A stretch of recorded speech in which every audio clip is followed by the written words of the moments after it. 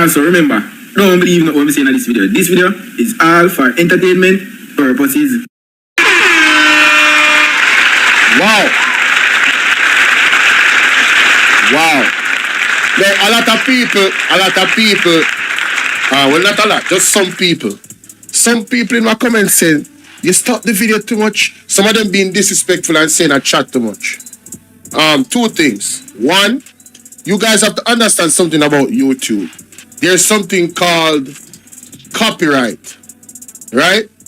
When you're playing somebody's video, to stay within the guidelines of YouTube, you have to speed up the video and you have to use the music. You hear the beat in the background to stay to stay away from copyright infringement. Years from now, and I've seen this happen to big YouTubers. Years from now, the entity that owns the video can say, "Oh, I did not give you permission to use the video, you know, although you cited fair use," right? And they can flag a bunch of your videos and take away your channel, right? If they want, or try to at least. I remember Abba and Preach had a situation with our other group, and they sent in their rebuttal to YouTube, and thankfully they did not lose their channel. However, there has to be some type of intermission between I can't just play out the video 10 minutes. No, there has to be a stoppage and to make that point. So I'm saying to the individuals that have a problem with that, there are other channels you can go and take your watch time there. If you don't like my style, yeah, you have options. And the other thing I will say is that the link to the videos that I'm playing is in the description. So if you want to watch the video without my reaction to it and me stopping it when I choose to, you have that option as well. Good? So please, no more complaining in my comment section. I've made some adjustments, but I will not be responding kindly to any more comments of that type because of what I just explained. And I hope this message gets to each and every one of you that were complaining about somebody talking too much. What do you think I come on YouTube for? And I see some people drop off. I guess those were the people. What do you think I come on YouTube for? To not share. This is called Bolo V&R. It's about my views, my reactions, and my responses to the things that are being said. Alright? So let's just get that categorically clear. Yeah, me chat, they can't chat long. That's why I have a page. If you cannot talk and dialogue, and you just want to play somebody's video and say a little thing, I don't think YouTube is for you. Alright?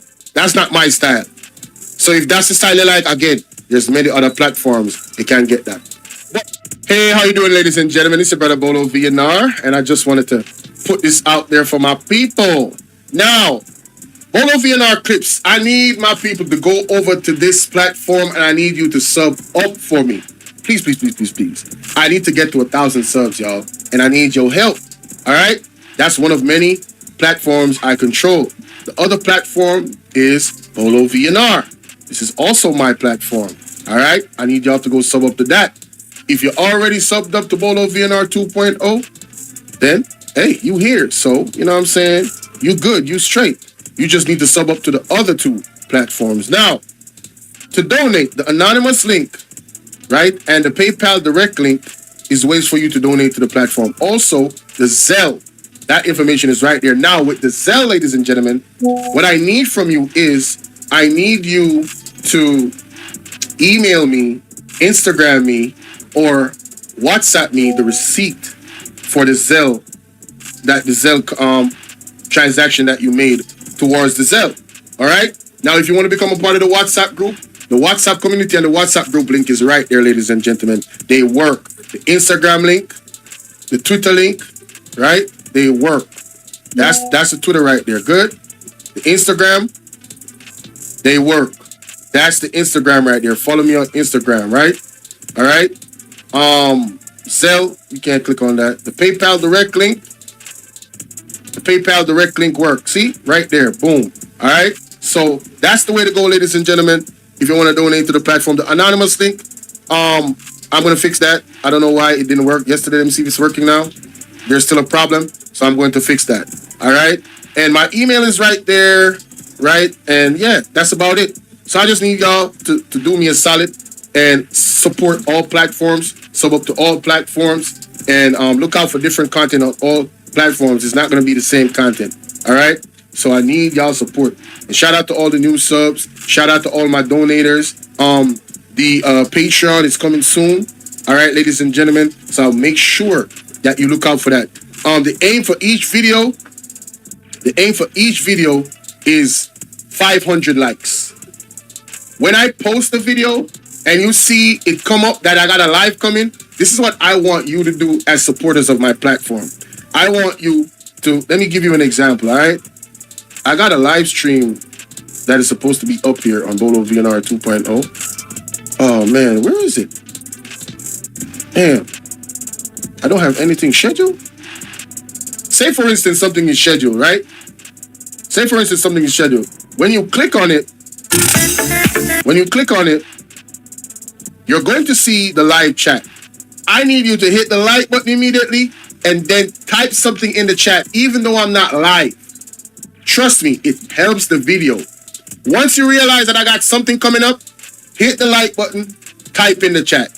And the next thing, ladies and gentlemen, share the live. You're not going to donate. This is a free way for you to give solid support to the platform. You feel me? So I need y'all help. With your help, the channel grows. And, you know, hey, that's how it goes, right? And again, for the persons in the comment section, let me see. Let me see if I can find a comment that somebody put that's a question, like I lied or something.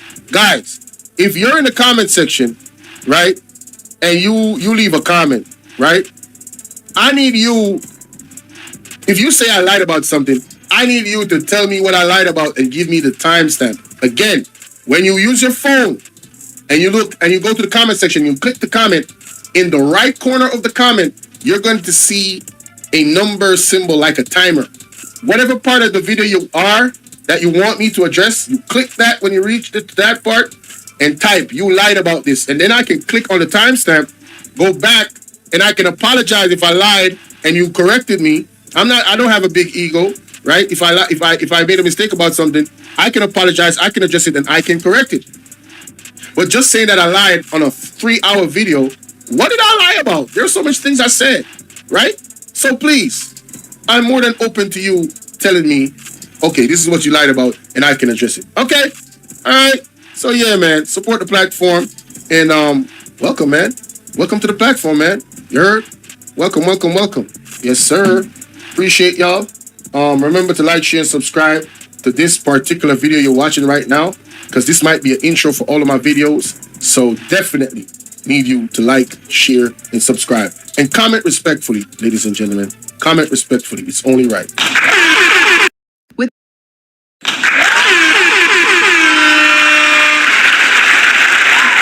There is a sin that almost everyone commits without realizing it, and it can have eternal consequences. In this video, discover the dramatic experience of a man who saw hell and received a direct message from Jesus about this sin. Welcome to Heaven's Gate, a place where we explore profound experiences that go beyond life itself, sharing stories of redemption, hope, and mystery. If you haven't already, I kindly invite you to subscribe and continue this journey with us. I hope you choose to stay, as every experience I share with you will be an opportunity to grow and find deeper meaning in your life. Now, sit back and listen until the end. It will be a special moment to share together. My name is John. I am 55 years old and grew up in a devout family. Every day of my life has always been centered on God. There is a sin that almost everyone commits without realizing it, and it can have eternal consequences. In this video, discover the dramatic experience of a man who saw hell. There is a sin that almost everyone commits without realizing it, and it can have eternal consequences. In this video, discover the dramatic experience of a man who saw hell and received a direct message from Jesus about this sin.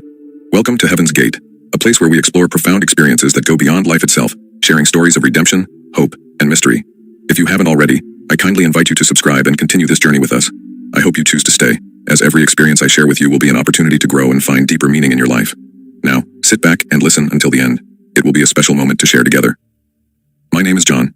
I am 55 years old and grew up in a devout family. Every day of my life has always been centered on God. My mother taught me from a young age to pray every morning and every evening, and I have kept that habit throughout my life. I consider myself a righteous man, one of those Christians who tries to follow every commandment, who firmly believes in God's mercy and love. Thousands of woodworkers are now easily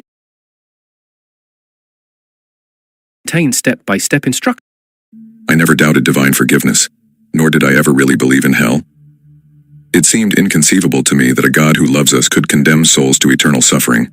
To me, the flames of hell were just an image used to scare sinners and non-believers, not a real place destined for faithful people like me. I thought that praying, attending church on Sundays, and following Christian morals was enough to guarantee me a place in heaven. Over the years, that conviction became deeply rooted in my heart. I wasn't afraid of hell because I was sure it wasn't real, and if it were, it certainly didn't concern me. I was convinced that God, in his infinite goodness, would spare all devout Christians like me. I never imagined that this certainty of mine would be shattered. It was a spring Saturday afternoon, one of those days that seems perfect in every detail. The sun was high, but a light breeze made the air pleasant. I was at a wedding, that of my childhood friend, David. We had known each other since we were children, and although life had separated us for a while, we remained close. That day was special for him, and for me too. The ceremony was simple but moving. In a garden surrounded by flowers and lush trees, David and his future wife exchanged vows. After the ceremony, there was a reception. Everything seemed perfect. The tables were arranged under large white tents, decorated with garlands of flowers. Music played in the background and guests laughed and chatted while enjoying a delicious dinner. I felt calm, at peace. I looked at the people around me, happy, and couldn't help but thank God for my life. I prayed regularly and felt protected by my faith. Then came the moment of the cake. David and his wife cut the wedding cake to the applause of the guests, and I was one of the first to take a slice. It was a layered cake, decorated with white icing and chocolate details. I didn't think too much about it, even though a part of me knew I should have been cautious. I have a severe peanut allergy, but I rarely think about it, and at that moment, caught up in the party and the excitement, I ate a large piece without checking the ingredients. The taste was delicious, but almost immediately, I felt a slight itch in my throat. At first I ignored it, thinking it was just a minor irritation, but after a few minutes the itch turned into a tightness in my throat. Breathing became more difficult, and I started to feel my heart pounding in my chest. A vice gripped my chest. Breathing became harder and harder. I looked around, trying not to let my panic show. I didn't want to make a scene at my friend's wedding. I tried to stay calm, thinking it would pass. It's not that bad, I kept telling myself, but I could feel something inside me giving way. The minutes passed and my breathing became more labored.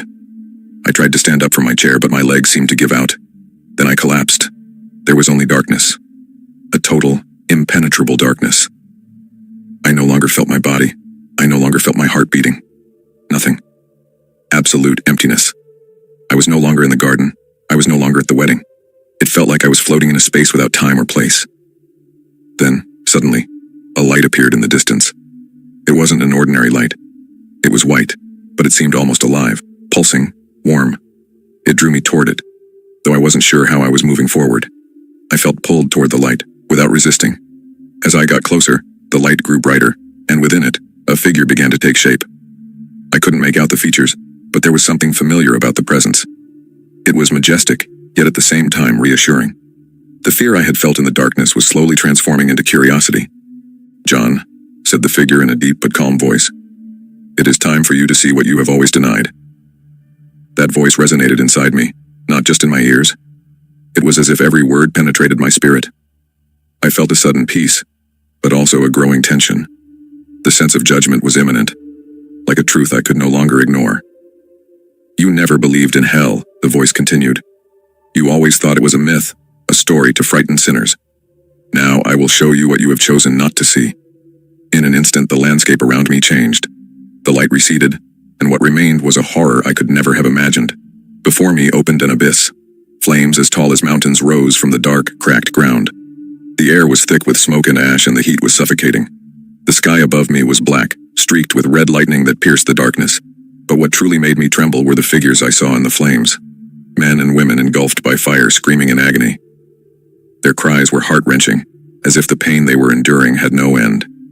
Some reached upward, as if seeking an escape, but there was no hope in their eyes. Others twisted in on themselves, consumed by a suffering I couldn't even begin to understand. But the thing that shocked me the most was recognizing some of them. They were Christians, people I had known, who had prayed with me, who attended church every Sunday. There were familiar faces among those damned souls, faces of people who, like me, had believed they were saved. I saw pastors, deacons, and people who had served the Christian community for years, all engulfed in flames, their hands clasped as if still praying but with no answer. "Why are they here?" I asked in a trembling voice, unable to tear my eyes away from that infernal scene. "Because, like you, they lived in pride," the figure replied. "They prayed, but they never truly opened their hearts. They judged others, believing that their faith alone was enough to save them, but they ignored the sin lurking in their own hearts. They lived with the conviction that my forgiveness was automatic, without ever considering the cost of their pride."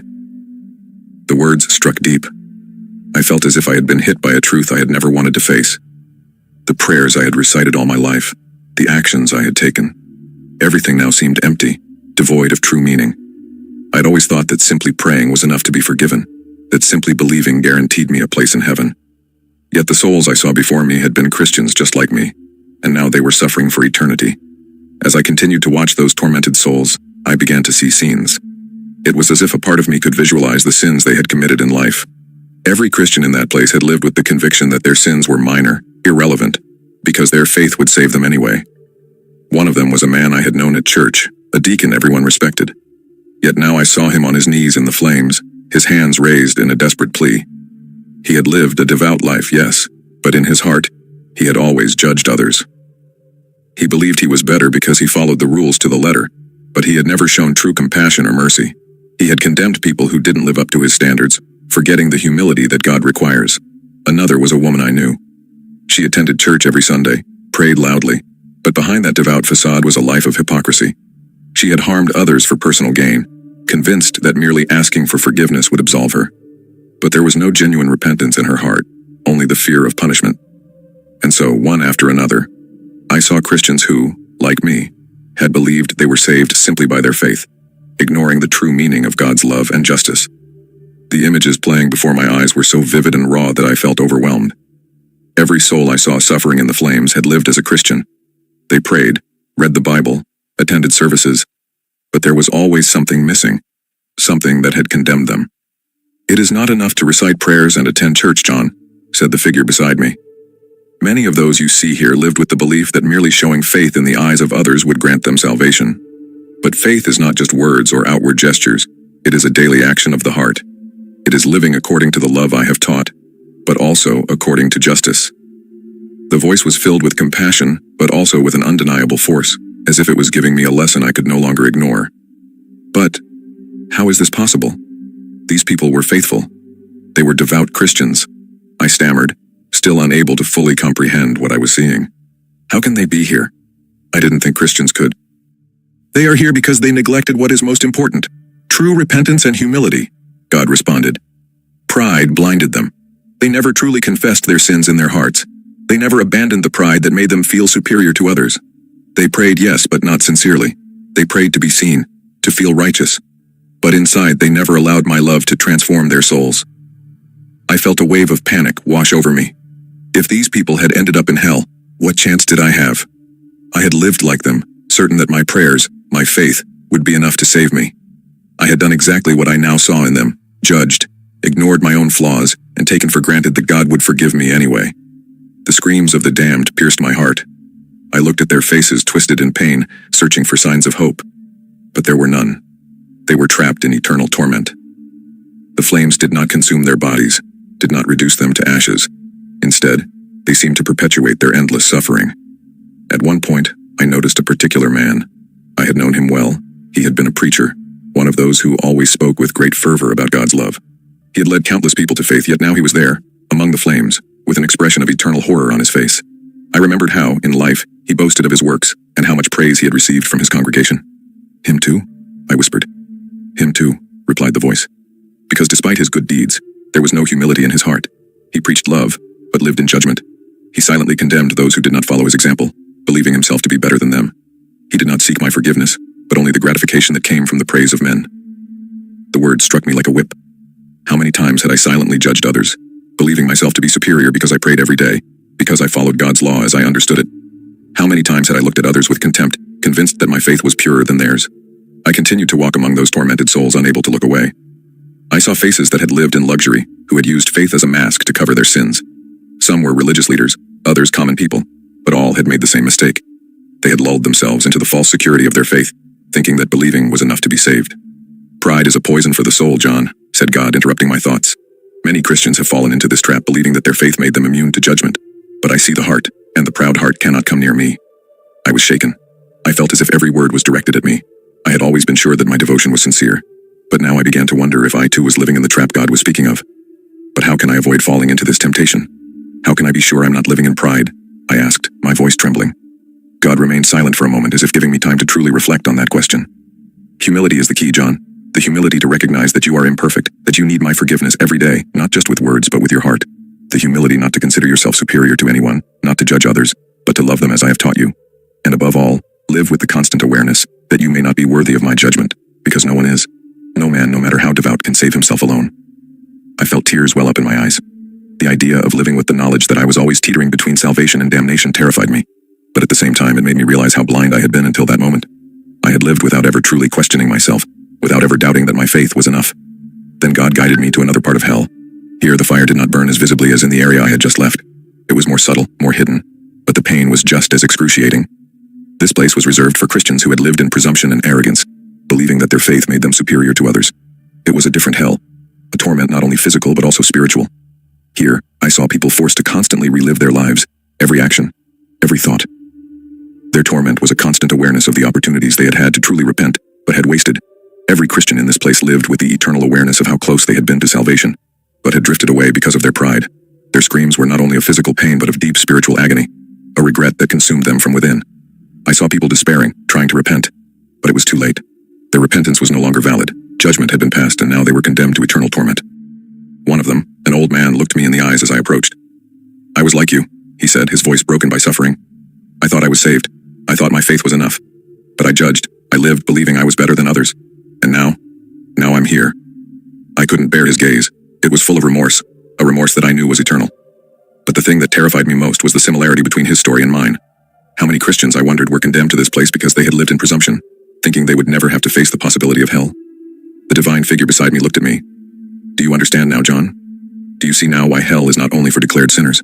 Many Christians end up here not because they didn't pray, not because they didn't believe, but because they never truly abandoned the pride in their hearts. They thought their faith would save them automatically, without doing the true spiritual work of transforming their souls. Those words burned inside me. I felt as if everything I had always believed had crumbled. I had prayed. I had lived a Christian life. And yet now I understood that I had always neglected something fundamental. Humility. I had never truly understood what it meant to be humble before God. But there is still hope for you, John, God said gently, breaking the silence that had enveloped me in those thoughts. You are here to learn to understand what many ignored until it was too late.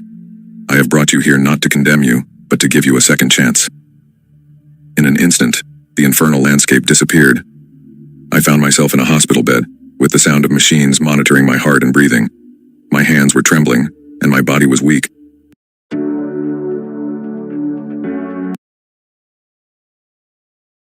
How? But I was alive. My wife was sitting next to me, her eyes swollen with tears. She had saved me with the help of the doctors, but deep down I knew I hadn't simply been brought back by them. God had given me a second chance. My body had returned, but my soul had changed. I had seen hell, and I had understood how close I had come to eternal damnation. Now I knew that being a Christian in name was not enough, nor were prayers empty of meaning. I needed to live every day with humility, to truly repent of my sins, Amen. and to abandon the pride that had accompanied me all my life. Now, every day of my life is lived with a new awareness. Every prayer I recite is accompanied by a sincere examination of conscience, searching within myself for those sins I had previously ignored. Faith is no longer a certainty but a path that requires constant attention. I know I am not perfect, and now I also know that my salvation depends on my ability to recognize this truth. It is not enough to believe. It is not enough to pray. It is not enough to go to church. Talk about it. True faith requires living with humility and awareness of one's sin without ever taking it for granted. Hell is real, and it is a place where many Christians just like me have ended up because they ignored the truth about what it really means to be devout. This is the truth I want everyone to know. The sin of pride can lead even Christians to hell. Live, guys. Do Share not this ignore this live. lesson. Repent every day sincerely and live with humility before God. Only then can we hope to avoid the fate I saw with my own eyes. Thank you so much for making it this far. I would really love to hear your thoughts, so feel free to leave a comment and share your opinions with me. If you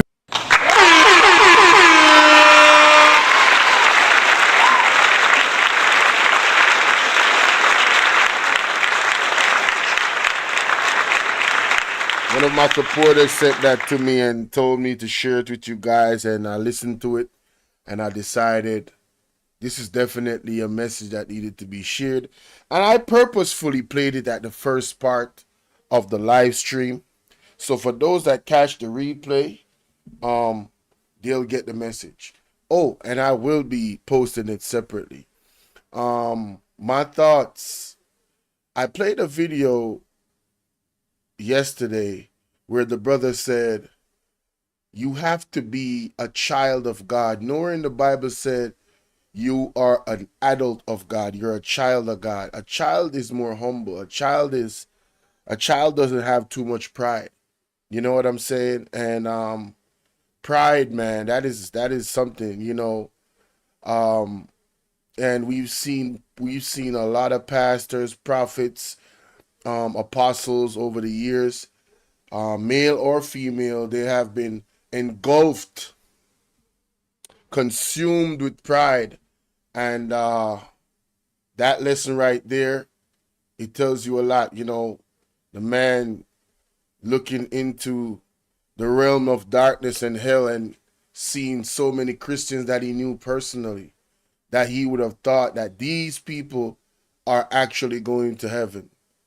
But the genuineness of their repentance. See, you can't hide from God. You can pretend to everybody else, oh, you go to church every day, you're the first one there, all of these things. That's beautiful. But who are you doing it for? Are you doing it for people to see you, for them to say, oh, he's this great person or she's this great person? You understand what I'm saying? That's where the pride comes in. A lot of people is doing things to impress other people. They're not living to serve God, to please God. Is to please themselves and others, is to have somebody, you know, have that respect in the community. Oh, I'm a deacon. Oh, I'm a this. Oh, I'm a that. And they look down on other people. They look down on sinners. But I've heard Pastor Peter Chambers say it a lot in his videos where God will use the least of us to send a message to us. God will use the sinner more often than not than the person that is already, you know, moving forward in the faith. God is the type of God that will leave the 99 and go back and go for the one that is left behind. This is the truth of the matter. It's all over the scripture. You know what I'm saying? So the message is stay humble, man. Stay humble. Let me know what y'all think in the comment section. All right, so ladies and gentlemen, good day. I had to make the thumbnail like this because there's a lot going on. We're going to cover a lot of things today. A lot of things today. And the first thing I want to cover is this video right here. All right, let's get into it. Lord have mercy, man. I'm trying to tell you. Boy, these people are going crazy. The Integrity Commission really did them. Boy, they feeling it, boy. Excuse me. They are feeling it. They are feeling it. Shout out to Hot Off the Press, by the way. I'm trying to tell her she keeping me abreast with what's going on. It's corrupt. The entire river will be also. A blessed good day to you, my wisdom Good day warriors. to you Wagwan. From under your device, under no see a one and only at half of the press. Well, well, my wisdom warriors, me just say Nationwide News put out something. And when Nationwide News put out, it is fake news. Yes, Nationwide what Uno just put out is fake news because me have proof right here. My wisdom warriors. Uno see Nationwide favorite Andrew Wallace administration. Wanna see that door? Share the live, guys. Wanna see that door? Me I gonna show you come have the proof. Can you believe that Nationwide just put out and say IC director says declaration aren't initially informed of illicit enrichment probe? How can you write your heading like that? That is a lie. He didn't say that. First of all, he says the declarants aren't initially informed of illicit enrichment probe. I can't believe they actually did that, but wow, they really going out blazing. They are really. Is this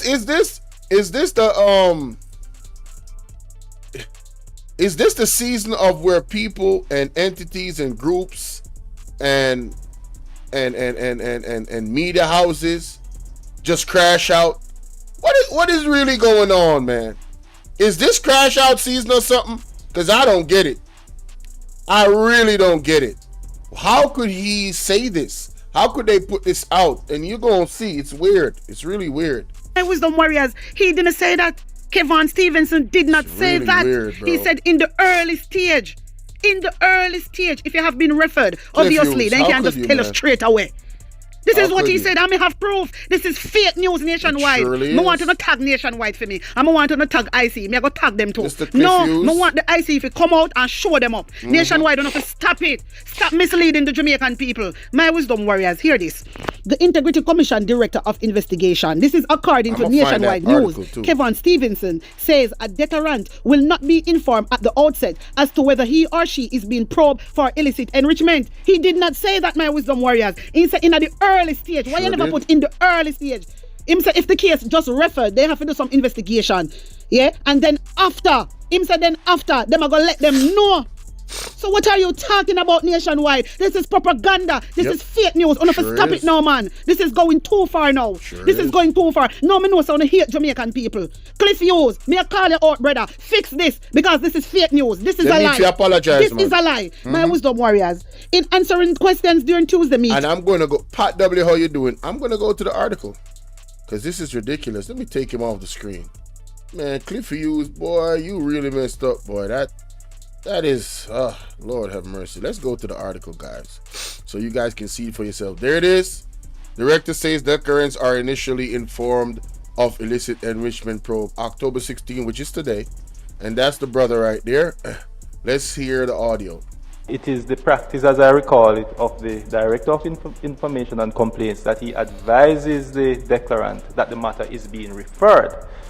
My recollection, and you may correct me if I'm wrong, the letter does not say that you are being investigated for illicit enrichment. And he says that I am correct. So, nationwide, in my opinion, let me go to the next audio. Now, when the matter comes to the Director of Investigation, that matter has to be assessed. There has to be investigation into the matter before the declarant can be advised that they are being investigated for illicit enrichment. Because the Director of Information and Complaints doesn't necessarily go in depth with the matter. For me to, at the start, indicate to the person that you are being investigated for illicit enrichment might be a little bit premature because of what the legislation requires. No, I mean, nationwide, the last audio that you put out lets me know that you know exactly what you're doing. You are putting out clickbait, misleading titles. And you know a lot of Jamaican people don't like to read. So I guess Nationwide is they're into the as a big media house, they're into the controversy side of things. Why would they put this out? I don't understand. It's very, very weird. It's very, very weird. Very, very weird. But you guys can go and look at the article yourself. I'm not even going to read it. Let's go back to Hot Off the Press and what she's saying, because this is ridiculous. Of the Integrity Commission Oversight Committee, Mr. Stevenson says this information is not included in the initial letter sent to the subject of such a probe. You hear what this is a lie, you know? This is a lie. My wisdom warriors, hear this. I want to listen good, you know. I did play it yesterday, but I want to listen good. Keep focused, my wisdom warriors. Listen to this. Remember when Nationwide just put out, Nationwide say, IC Director says declarants aren't initially informed of illicit enrichment. That's a lie. People them over there say Mark Golding a tell lie. That's so this have to fix. Integrity Commission have to come out and show Nationwide because Nationwide is doing fake news and it needs to stop. It needs to stop. This is ridiculous. I saw no love one man, brother. Me blows that this man is a criminal. This man Andrew Owens, thief charity money. I don't know out here defend Andrew. Allegedly. Really? So I want to put Andrew over Jamaican people out here spreading propaganda, spreading lies. Allegedly. My wisdom warriors, no want. Wanna feel listen good what Kevin Stevenson said. Yes, let's listen really well. Yes. Thank you. Let's listen. Thank you very much, Chairman.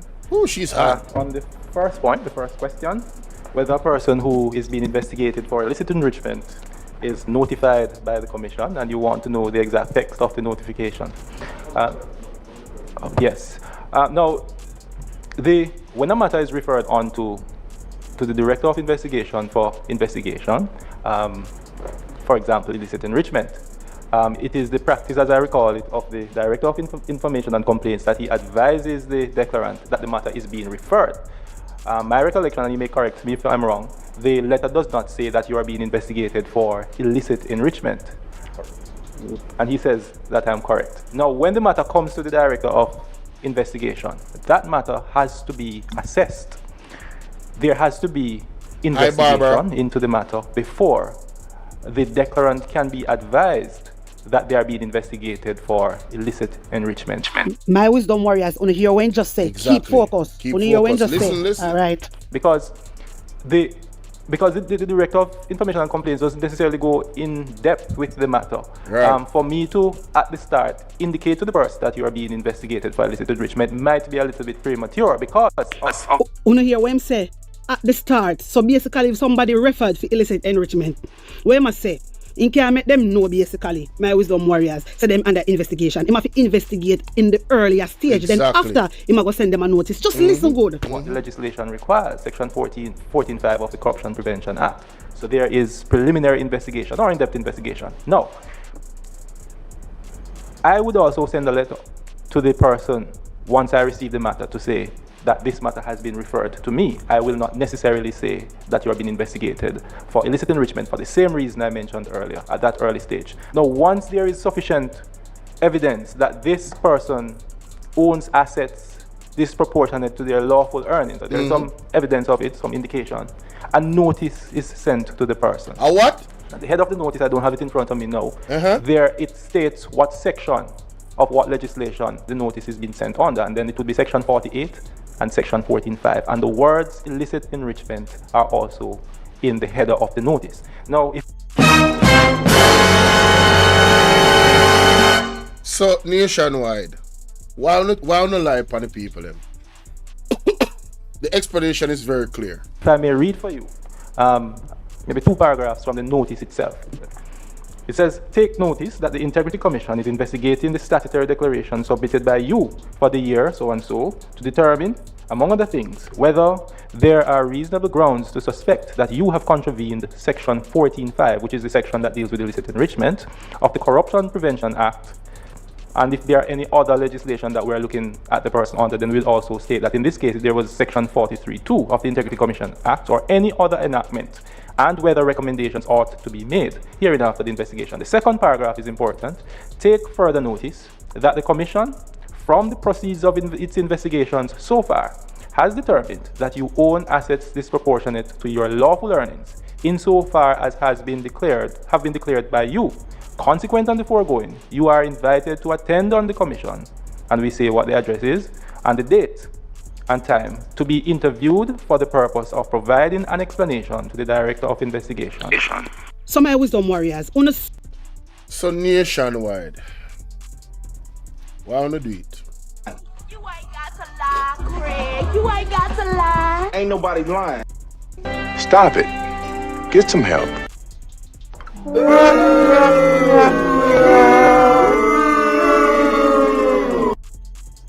Your title was very misleading. You cut up the audio with the man say a while ago and put one piece at the front and then put the last piece at the end. When the full audio explains clearly that in the initial stages, the person does not get, they don't get a notification that they're being investigated for illicit enrichment. That would be jumping the gun. Because remember, people refer things to the commission. They tell them they look into this. Then they find out if it's something that is even legitimate enough to look into. if they should even take the case, right? Then they go ahead, probe, and let the person know that there's going to be some type of probe going on. So they're not alarmed, because they would need their cooperation in the probe. You understand? Present this, present that, right? So I mean, I don't understand. And then after that, he clearly says that if that person is deemed to have assets that is non-proportionate to his earnings, then he would get a notification, and the top of it in the notification says illicit enrichment. So how then, nationwide, do you have a title on your page saying this? How in the world do you have a title saying the IC director says declarants aren't initially informed of illicit enrichment probe? That's not what the man said, brother. You guys are playing semantics. You know exactly what you're doing. You know exactly what you're doing. And you think that you're witty. But what you're doing is you're exposing yourself to the viewing public. You understand what I say? You're exposing yourself to the viewing public. And I'm going to show you what the Integrity Commission statement said about what they put out. The Integrity Commission is alarmed. Hold on. No. This is not it. That will be something else. Let's go back to Atta for the press, because she did show something. Right here, so I want to see this. Look for some of these reactions to the video. 5 them under ongoing investigation for illicit enrichment. So when Nationwide put out is a lie. It's a lie, Nationwide. I only need to remove that and apologize to the IC. Only to a wicked and bad man. For one man? For Andrew? No, sir. What Andrew give on us, sir? I would like to know. Like and share the video, guys. What is this? Share the video. No, my wisdom warriors. You see, this is why Jamaican people have to stand up. Come, I see the people them over there. Wow. I see the people them over there. All right, let me show you some of the comment them. Yeah, show you. Let me show you some of the comment them. So my wisdom warriors, someone said, NN, please to behave better. You know what you are doing. Please provide full statement. Every day you lose credibility as a media host. The next person say, very misleading headline. And you wonder why people say you are JLP station. The DI said the people. Hold on, you say, got cover over the IC.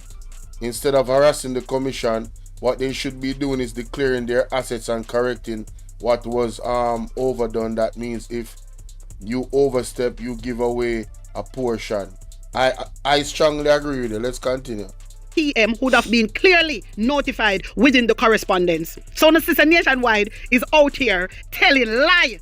They're out here telling lies. And Andrew Holness and Dana stand up and tell them, say, no fake news. But yet, my wisdom warriors, Nationwide is misleading the Jamaican people. Sad. Sad. Lord Jesus, Nationwide, uno happy go down. Uno happy go down. You know, look good, brother. Another person said, I listened to the interview actively. He mentioned they are informed as soon as it reaches the illicit enrichment stage. Nationwide, stop handpick parts of what the man truly states. See why your news not credible? Another person said, please to give the full statement of what the man said. So my wisdom warriors, wanna hear and see what I go on. I wanna see exactly what Nationwide is doing. Wanna tag them for me there. Wanna tag them for me. Yeah, so to me it is quite clear you know what Nationwide is doing. They're playing semantics and they're using it to their advantage. That title right there is clickbait, because the ignorant person is not going to read the full thing. They're just gonna run with the title that says, oh, you know, that means say Andrew never know say him did I get investigated for illicit enrichment. They know what they're doing. They know what they're doing, but for the well-thinking Jamaicans, they know what they're doing as well. So pretty much, you know, you're just shooting yourselves in the foot, Nationwide. All lies will be exposed. That's all.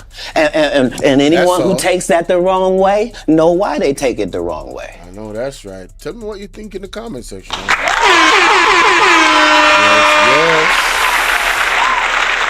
Yes. Let me see here. Auditing done clearly. So how no go on like say Nigel Clark a good somebody? Hold on there. Remember say Everald Warmington come out hot. Remember? No, it was for losing a license. On a terrible man. Hey Damien, what's going on? Anyway, my Damien? wisdom warriors, on tell me. Yeah, Damien, what's going on? Big up yourself, Janet Early. Big up. Say, I don't know why they are waiting for to prison Big Mama. If I even went prison fund dog, this man after walking. Hey, only not easy, you know. What is man? Apart of let's say mouthpiece station should be banned. As anything reach Parliament, it must. So yeah, there needs to be a serious investigation on that. Alright, so ladies and gentlemen, the next issue, the next thing we want to really look upon, ladies and gentlemen, is something where At 5 Press she highlight. I mean I tell her say Nigel, what his name? Nigel Clark and the JLP overall has exposed themselves. Let me just say that. It's quite unfortunate. There's nobody I can say. I remember to like and share the video, guys. I honestly cannot find one among them that is just fear of credibility in any way, shape, or form. And I'm looking at their actions. Their actions scream lack of credibility. I'm talking about screaming lack of credibility. It's quite unfortunate. You think that this man was somehow a beacon shining light, as they would claim in the JLP. You know, he's gonna join the IMF. I called him out already on my platform. I called him out as a house slave. I sure did. And I stand on that. Jumping ship, going to the IMF, a body that doesn't necessarily benefit the countries that they loan money to. I always tell people a lender job is to continue to lend, not for you to gain independence from borrowing from them. But I digress. Let's get to the actual clippings. I want to think about this. Anyway, I have a piece of attack laps. I have a piece of attack laps. Oh, remember in my video yesterday, me showing Nigel Clark, my wisdom warriors, and Everald Warmington. Remember, say Everald Warmington come out hot. Remember? No, it wasn't the video last night. I think it was early this morning. Yeah, Everald Warmington come out hot and say, "Oh, I see records never audit for how much years." That was a lie. That was a lie, my wisdom warriors. This is why. You see, Nigel Clark sit there and he knows what is going on. He know because he was the same very person who signed off the audit. Let us see. Yes, me have the proof. He is the same very person who signed off the audit, my wisdom warriors. Nigel Clark. And Nigel Clark sit there and say to Everald Warmington, we can't do no auditing because all auditing done clearly. There's nothing you can do. So how no go on like say Nigel Clark a good somebody? My wisdom warriors. I see roll out. I see run right out, straight out like an arrow, and then release this statement. Hear this. Integrity. You know, say I wanted to hear the statements made by Everald Warmington. Let me find that clip, ladies and gentlemen. Let me make sure you read the statement them say. Commission alarmed by misrepresentation made in the House of Representatives by government MP Everald Warmington about audits of the Commission. The Integrated Commission knows with alarm comments made by government member of Parliament MP Everald Warmington during yesterday's sitting of the Standing Finance Committee of the House of Representatives. The MP falsely claimed that the financial and accounting affairs of the Commission have not been audited for years. Wanna hear that? Everald Warmington out here tell lie. Yes. For the IC look bad. Hey, that boy, that little wretch. Him not easy, you know? That wretch, wanna go protest for this man and leave, man. Wanna go protest Jamaica, and can't just sit down on the ass, sir. Seriously, them a get away with too much things, man, and nothing can't be done. Me telling you, all the while say we have the power in our hand, Jamaica. Wanna not listen to me? Wanna think I'm not going have the power? And we have the power. And we put them, we spot them there. So if we take them out, my wisdom warriors, hear this part. The MP falsely claimed that the financial and accounting affairs of the Commission have not been audited for years and that no audit report had been submitted by the Commission to Parliament. Ratted wall. That means, say, if it, me box cover, my wisdom warriors, this I get interested. Wait, let me read some more. We haven't seen an audit of that department, the Integrity Commission tabled in this house, but they are spending taxpayer money. This is Warmington, you know. Mr. Warmington told the house. In addressing the Finance Minister, Dr. Honorable Nigel Clark, Mr. Warmington further stated as follows: I am saying, Minister, that we must get an audit report from that department. And people don't know some find it. I don't know some I go find it though. I don't know me stay already. I like facts and evidence, you know. As me say, share the live, guys, share the live. Veronica, how you doing? Sharon, what go on, baby? Pick up on yourself, you know. Watch out now. See it now, my people. TVJ News. Here we go. This is the part of Warmington. Make him statement. Make we examine it. See? Let's examine it. Tuesday. The salary of the Chief Parish Judge is to be 70% of that of the President of the Court of Appeal. The salary of the Senior Parish Judge is to be 70% of that of the Senior Puisne Judge. The salary of the Parish Judge is to be 70% of the Puisne Judge. And the current arrangements for the positions of Masters in Chambers and Registrar should remain applicable. The indexation detailed above is to be maintained going forward and for subsequent years unless there is a material change of circumstances. As of April 2023, the annual salary for the President of the Court of Appeal was over $26.2 million.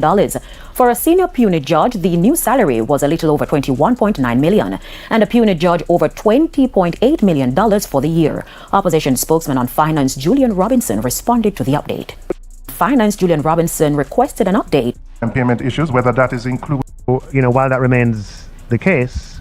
But let's be clear, the arrangement for junior doctors is that there are sessional rates that apply. And the sessional rates that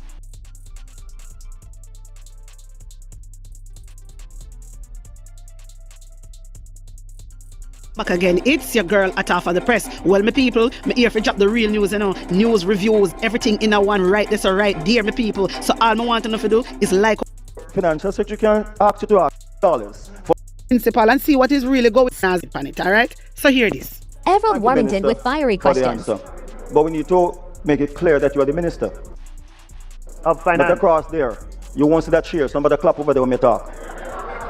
I'm saying, Minister, I expect that the audit, we get an audit report of that department before the next financial year, before the next budget comes here. There's no way we're going to approve another $2 billion for a department that has not been audited for years. Okay?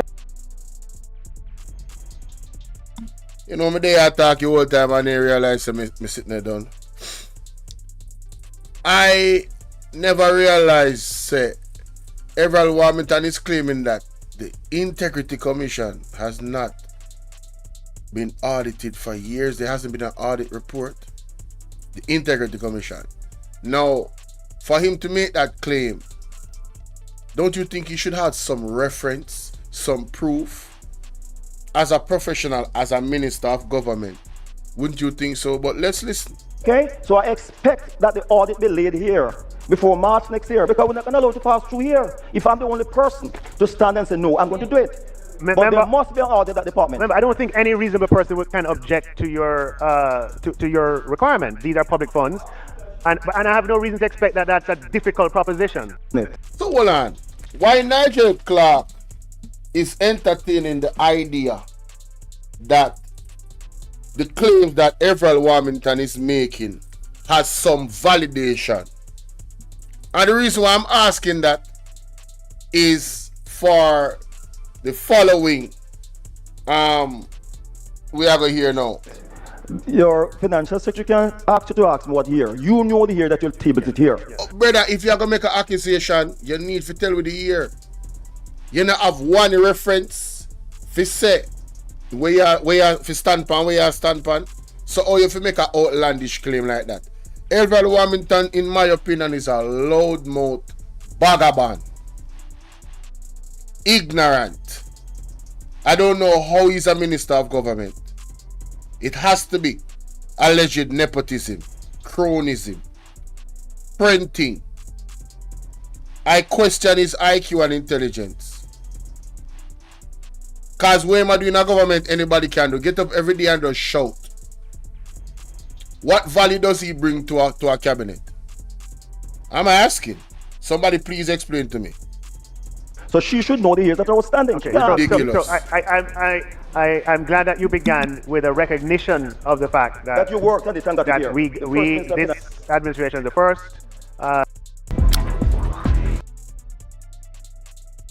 Nigel Clark is being very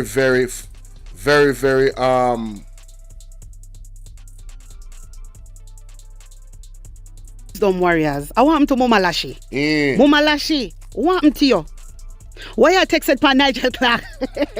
My wisdom warriors, listen to me. You know, so them a dig themselves in a one hole. You know, say them a dig themselves in a one hole. Yeah, me I tell you no. Because Everall Warmington, you don't realize that Nigel Clark no want hear nothing right now about auditing no money business. The finance minister no want hear nothing. So, because of those statements that he made, the Integrity Commission released this report today. The Integrity Commission is alarmed by the misrepresentation made by the House of Representatives in the House of Representatives by government MP Everall Warmington about the audits of the Commission. The Integrity Commission notes that the Integrity Commission notes. No, hold on there. Oh my God. Oh yeah, the Integrity Commission notes with alarm comments made by government member of Parliament MP Everall Warmington during yesterday's sitting of the Standing Finance Committee of the House of Representatives. The MP falsely claimed that the financial and accounting affair of the Commission have not been audited for years, and that no audit report had been submitted by the Commission to Parliament. We haven't seen an audit of that department, the Integrity Commission, tabled in this House, but they are spending taxpayers' money, Mr. Warmington told the House in addressing the Finance Minister, the Honorable Nigel Clark. Mr. Warmington further stated, and I quote, as stated as follows: "I'm saying, Minister, that we must get an audit report from that department before the next financial year. There's no way that we are going to approve another $2 billion for a department that has not been audited for years." Okay, so I expect that the audit be laid over here before March next year. Minister of Finance in turn responded as well: "I don't think any reasonable person could object to your requirements. There are public funds. These are public funds, and I have no reason to expect that. That's a difficult proposition." The Commission wishes to set the record straight as follows. Contrary to the statements that were made by Mr. Warmington, the accounting and financial affairs of the Integrity Commission have been audited every year in its 6th year of existence. The audit in each case have been conducted by an independent external auditor, whose appointment has been approved in writing by the Minister of Finance himself, Nigel Clark. What is going on? Ursel Wagwan, Noreen Wagwan. What is going on? Further, and contrary to the statements that were made by Mr. Warmington, the audited financial statements of the Commission have been formally submitted and tabled in Parliament each of the 6 years as a part of the Commission's annual report. For the avoidance of doubt, the annual audits of the Commission have been conducted pursuant to and in compliance with Section 20 of the ICA, which provides that the Commission shall keep proper accounts of its receipts, payments, assets, and liabilities, and such accounts shall be audited annually by an auditor appointed each year by the Commission with the approval of the Minister of Finance. What? What the hell? Oh my God, no way. So according to this and the Act, Nigel Clark is intimately involved and understands that these audits have been done every year. His name keeps popping up in the acts, in the sections of it. Section 20A of the ICA further provides that the statements of accounts so audited shall form part of the annual report of the Commission, which turns into is required to be submitted to Parliament within 3 months of the ending of the fiscal year. Within 3 months. So there's no way these reports can come out 3 months after the fiscal year it have to come out. In respect of the 2023-2024 fiscal year ended March 31st, 2024, the Commission's annual report, inclusive of the audit and signed financial statements of the fiscal year, was submitted to Parliament June 6, April, May, you see, March 31st, April, May, June. 3 months. It was submitted to Parliament June 26. That is exactly 3 months. The report was formally tabled in the House of Parliament of Representatives July 9th, 2024. Ironically, the Integrity Commission Oversight Committee, of which Mr. Warmington is a member, met with the Commission for several hours yesterday morning. Right? One of the stated purposes of the meeting was to review the 2023-2024 annual report of the Commission, inclusive of the Commission's audit financial statements for the 2023-2024 fiscal year. The audit financial statement appeared in the last 31 pages. Bartley, no, this is purposeful. So you're telling me that they actually went over this yesterday morning, and then the next day, the same day, the man come and said the things that we're saying at Parliament? Oh my God. Emotional damage. Why may I tell you, sir? A corrupt government cannot liberate the people. If the head of the stream is corrupt, the entire river will be also. What can go so? The letter which approved the appointment of the independent external auditor and to audit the accounts and financial affairs of the Integrity Commission for the fiscal year 2023 was signed by the Minister of Finance, Dr. Honorable Nigel Clark. What the hell is going on? Emotional damage. The man did have to sign it. So how he not know about it? How am I pretending that? Why him not tell Warmington in for world for what? Say, yo, brother, me sign off on them stuff, them man, them dead it. What can go so? Mighty God of Daniel. The Integrity Commission remains concerned that there are parliamentarians who continue to exhibit a clear lack of knowledge or understanding of the very laws that they are elected to write. It is also obvious that some parliamentarians do not read the reports of the Integrity Commission that are routinely tabled in the House of Parliament. So, ladies and gentlemen, allegedly, the members of Parliament are not doing their job. Allegedly, it's either they are not reading the reports or they are blatantly lying on the Integrity Commission, and either one of those does not serve. These are the persons that are getting 220% increase in their pay. To do what?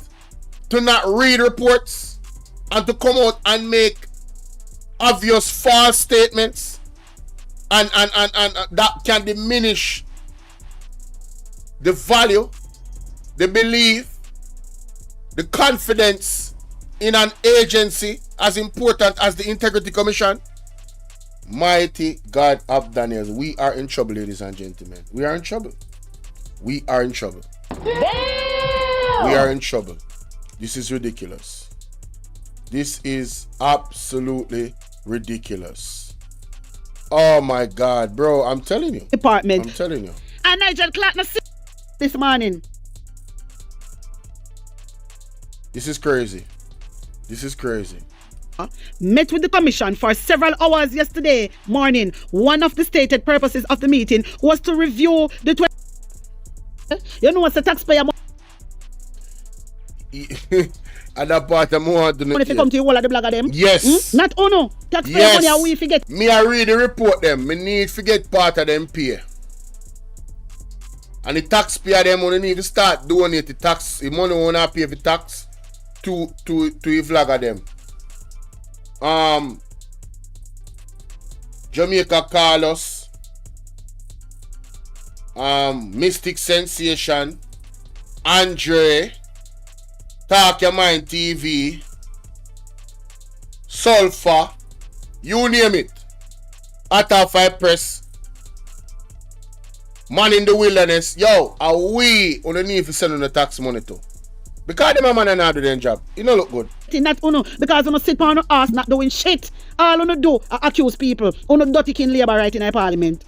My wisdom warriors, taking this. Me just showing a recap of Nigel Clark. How Nigel Clark sit on his ass, sit down and know say he was the one that signed off all the auditing reports yearly and he don't say nothing to Everald Warmington. Taking this. Everald Warmington with fiery questions. But we need to make it clear that you are the minister of finance. But across there, you won't see that chair. Somebody clap over there when me talk. I'm saying, Minister, I expect that the audit we get an audit report of that department before the next financial year, before the next budget comes here. There's no way we're going to approve another $2 billion for a department that has not been audited for years. Okay? So I expect that the audit be laid here before March next year, because we're not going to allow it to pass through here. If I'm the only person to stand and say, no, I'm going to do it. But there must be an audit at that department. Remember, I don't think any reasonable person can object to your to your requirement. These are public funds, and I have no reason to expect that that's a difficult proposition. Your financial secretary can ask you to ask me what year. You know the year that you tabled it here. Yeah. So she should know the year that I was standing. Okay, so I'm glad that you began with a recognition of the fact that you worked at it and got that here. This administration, the first. My wisdom warriors, wanna tell me one thing. Wanna sister Nigel Clark and a good somebody. Wanna sister Nigel Clark is not a good person. Wanna see how I'm wicked and terrible. Wanna see that? Terrible, oh Lord God, but I feel something in a something, my wisdom warriors. I feel something in a something. So Nigel Clark don't really want to get into the argument. I think something alright with Nigel Clark. Wanna tell me one thing. Put an honest opinion in the comment section. Like. Why may I tell you? Hey, big up at half a percent man for your work where she had we call me. This is ridiculous, brother. This is absolutely ridiculous. I'm absolutely flabbergasted at this point. Me can't believe say the man them got this far. The man them really got this far, brother. With the thing. The man then talk to you this morning and then in the same day you go there and just say all of these things that based off of evidence the Integrity Commissioner show is just a blatant lie. Yo, may I tell you, then cool, brother, and you see smirk on him face? When he must say what he must say? You see smirk on him face? Jesus Christ. Hey. A video. Them man ain't no easy, brother. Them man ain't no easy at all. Anyway. Me take them off my screen. Wanna move? Wicked no blows and skirt. Wanna? Lie, then lie. You lie, yeah, man. You lie, brother.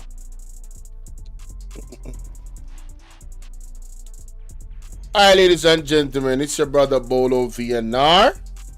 And you know what say, me come across a clip Well, the last video with Sulpha do, I say, yo, me need to highlight this because I feel like say this gone over enough people here, you know.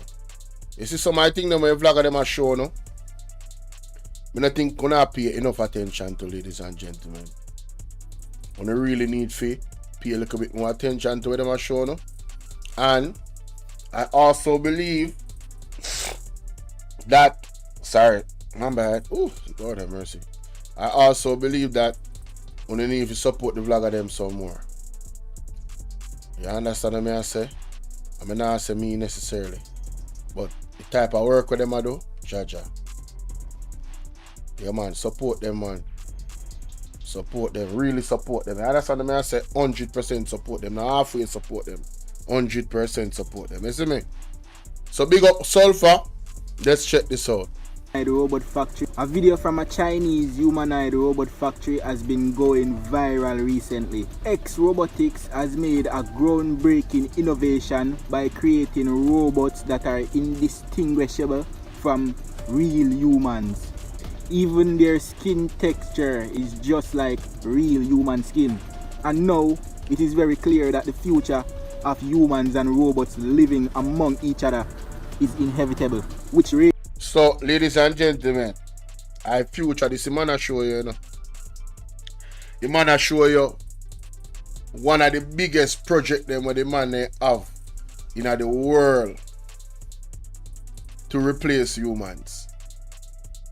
Yeah. And there's no other way to put it. It is to replace humans. Because what is going to happen to humans is humans are going to become so dependable on robots and the AIs, this was long time ago, going on long time. A lot of people don't know about it. A lot of people are new to the information. You, the young man, the younger people on the hip to it. Some on the hip to it and some on the not. But a lot of people is not hip to this. And I believe this is a conversation that needs to be had. You understand? So this is why I'm highlighting it. Let's continue. Raises questions like, what are the long-term effects on society if robots take away all the jobs and replace humans in the workforce? Exactly. What is going to happen to the human being? What is going to happen to us? They're only going to need a few of us if most of the things that are done is done by robots. And then you ask yourself, what would it look like for a robot to raise your child? Hey! Man, listen. Like I said, I'm glad. I don't know when all of this is going to happen, but I can tell you, the direction that the world is going, yeah, I'm good. I'm straight. I'm all right, man. Thank God for the time that I was born in. Trust me. As well as all the benefits of AI and all the dangers of AI. Now, artificial intelligence is becoming more advanced by the minute and is projected to surpass human consciousness. Coupled with an indestructible robotic body, what could possibly go wrong? X Robotics is already creating 2,000 robots, humanoid robots annually that can move, act and mimic human facial expressions. These robots can also be controlled by users. The 2024 robot exhibition showcased the most advanced robots that we should be on the lookout for. Robots for railway and roadway maintenance to reduce the risk of accidents. These robots can lift and move objects just like a human. These robots can also be operated with a special glasses connected to the robot's eyes for precise movements.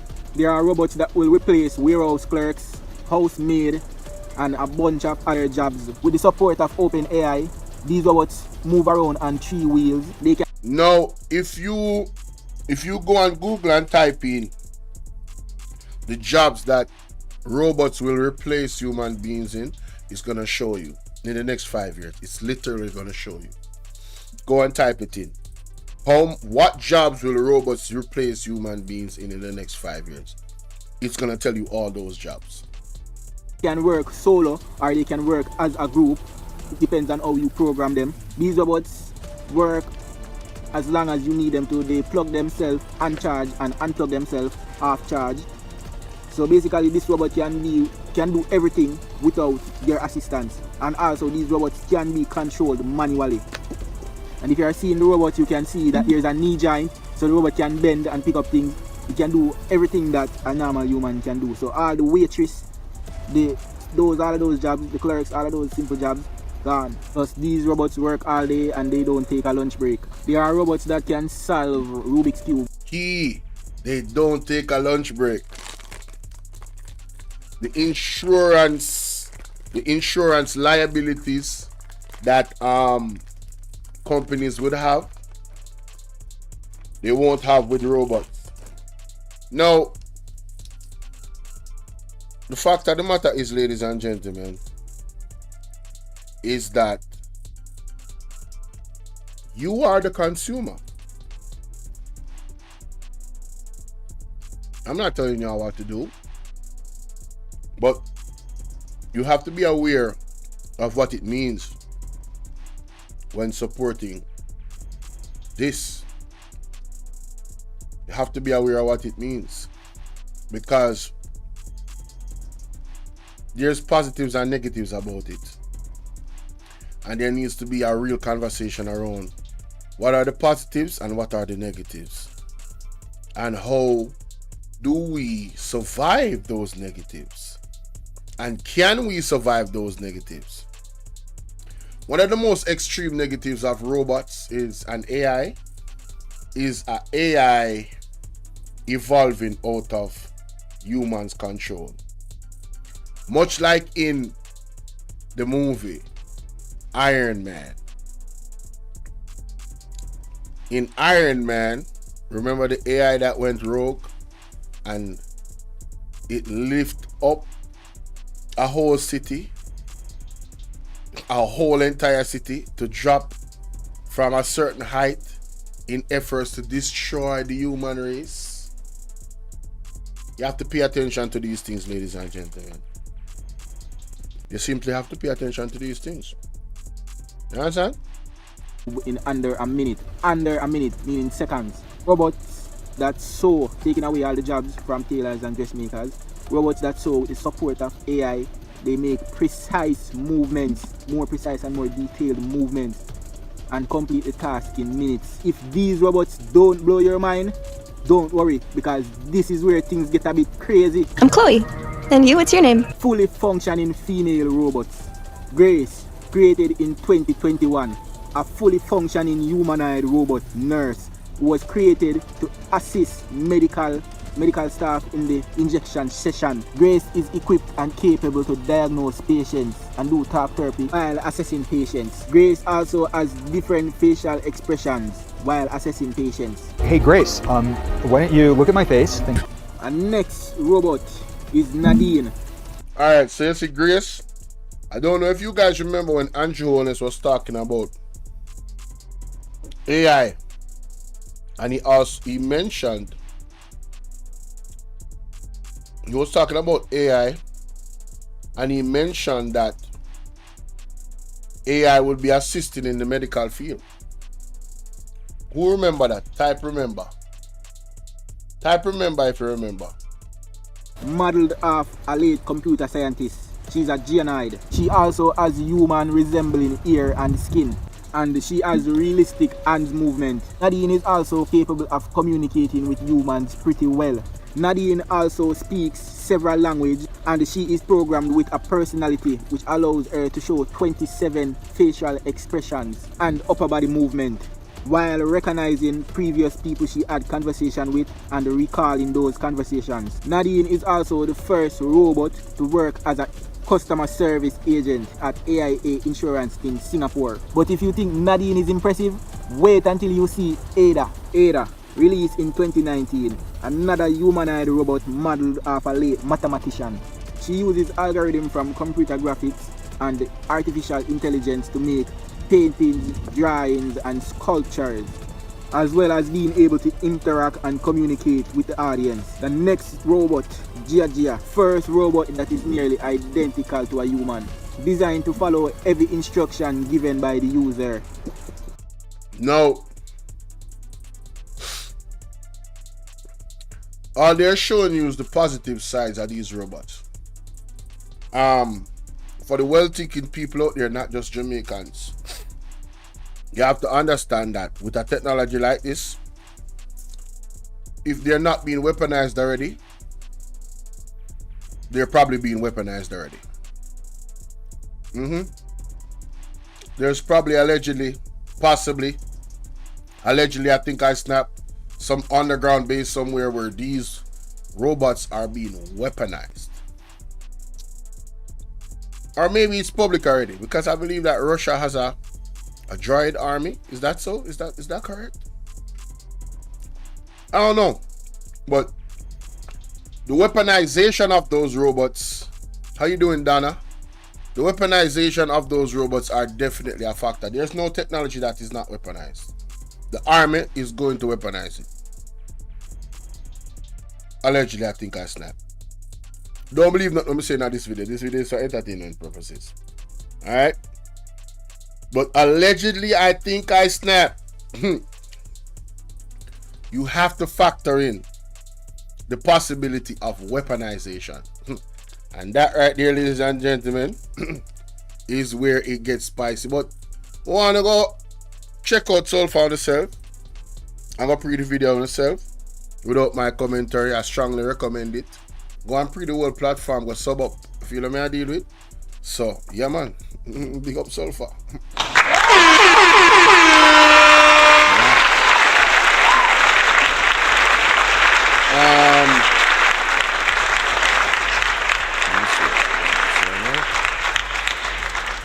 Next thing on the agenda.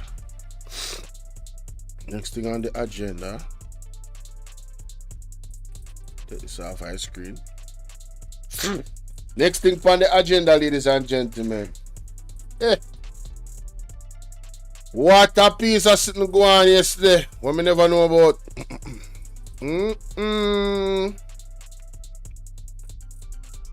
Me say.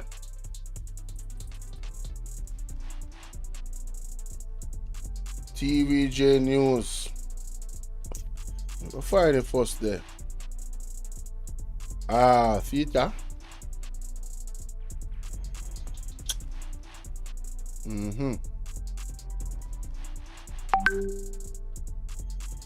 know something? I have something I do it see me. Alright, so ladies and gentlemen, check this out. Come across this article of beryllium, alleged beryllium worker will get caught. You understand? With some serious sum of money. Whole heap of allegations surrounding millions of dollars. So make we check out the story because the story are more than interesting. See it here.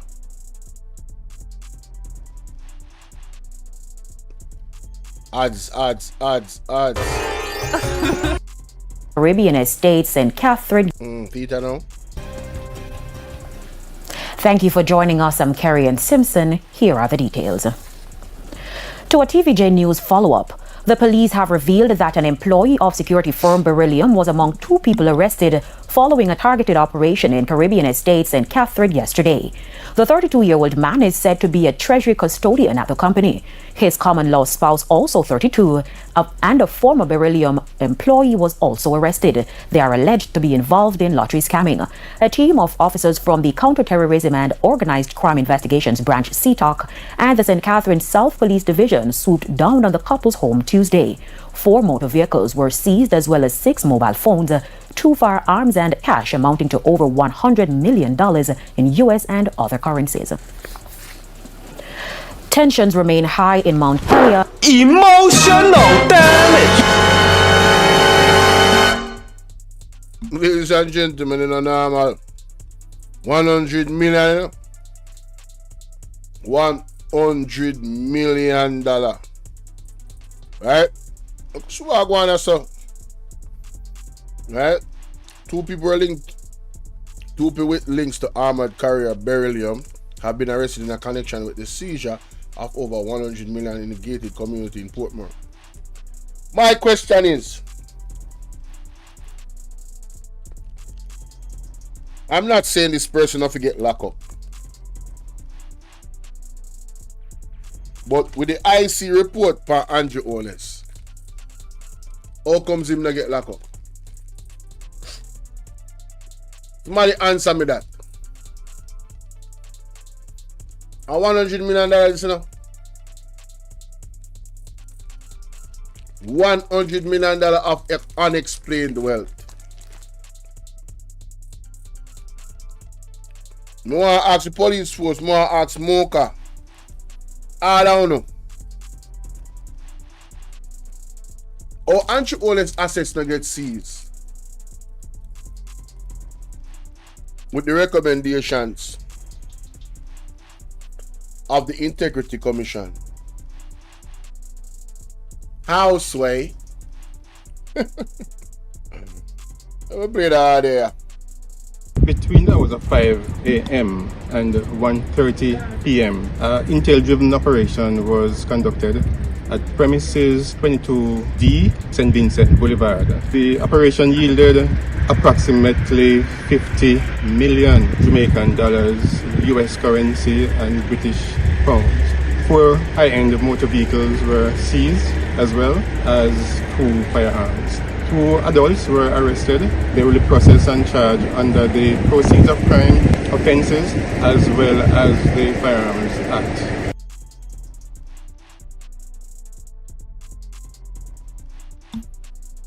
Beryllium has been dodged by a series of armed robberies of its cash in transit teams, with robberies making off with significant amount of cash.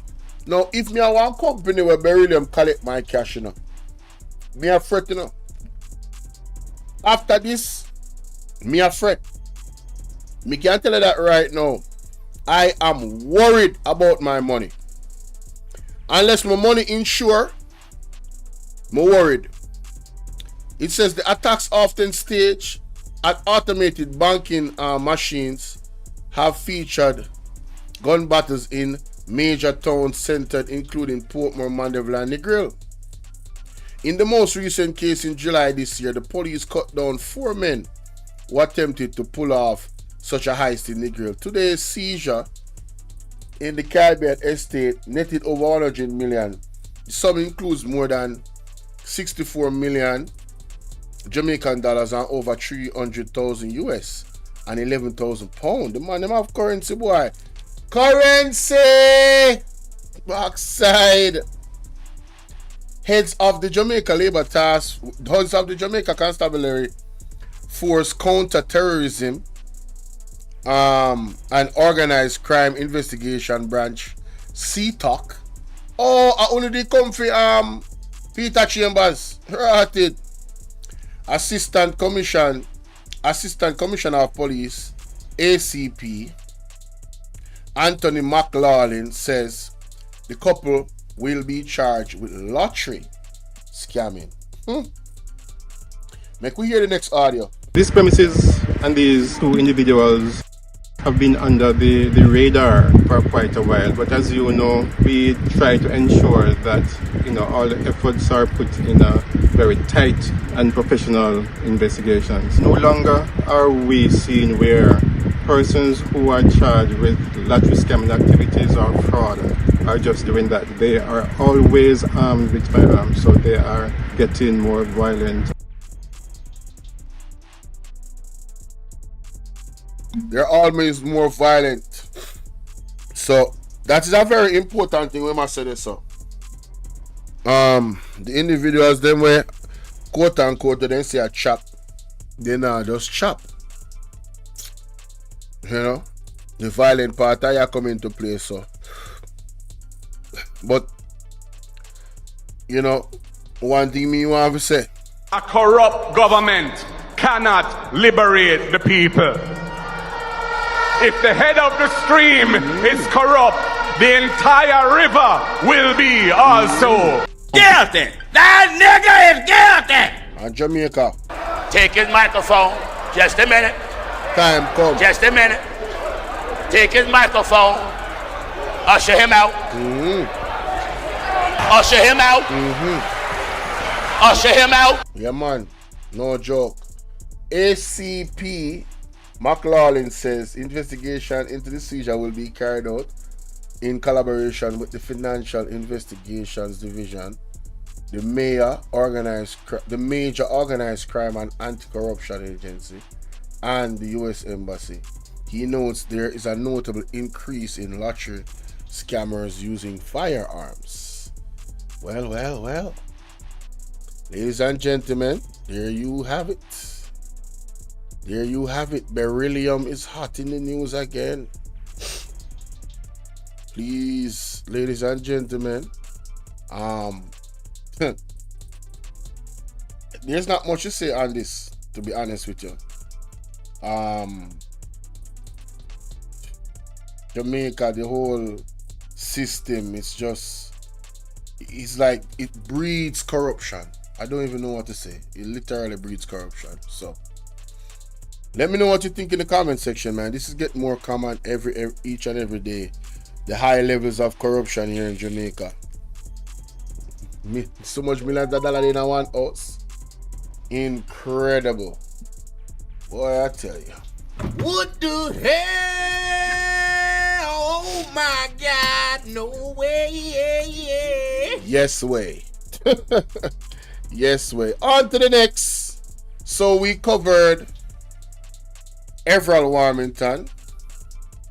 We covered the situation just now, and we covered Sulpha.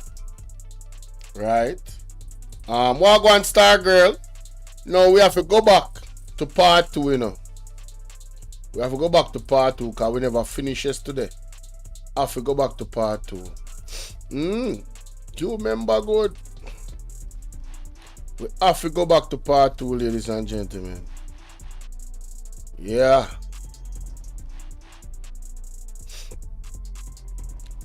So let me speed this up a bit. Ladies, it's your brother Bolo V&R on the 2.0 platform. And this is part 2 of the reaction of the Integrity Commission that came to Parliament.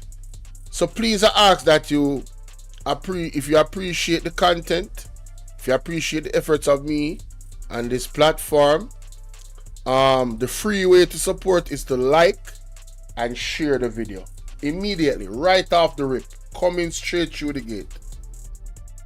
If you want to go above and beyond, which is not mandatory, meaning you don't have to, because I not beg nobody nothing.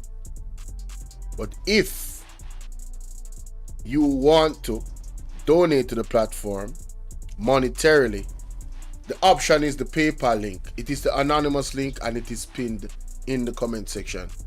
It is also on the links of the platform. When you open up my page, there's several links and the donation links are there as well. Alright, man. So without any further ado, let's get into it.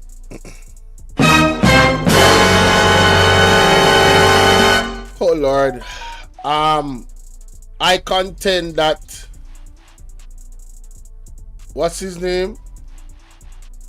Pernell Charles Julia truly embarrassed himself. I can't put it any other way.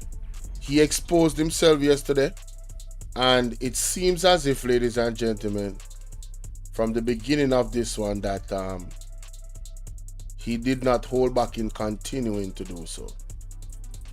Alright, so he has made himself the main focus of this reaction because him run out. You feel what I say? So let's get it. Reached. There's no question about certification. So these are points that we have to look at down the road, and definitely is part of the consideration that the JC is seized with as we move forward. But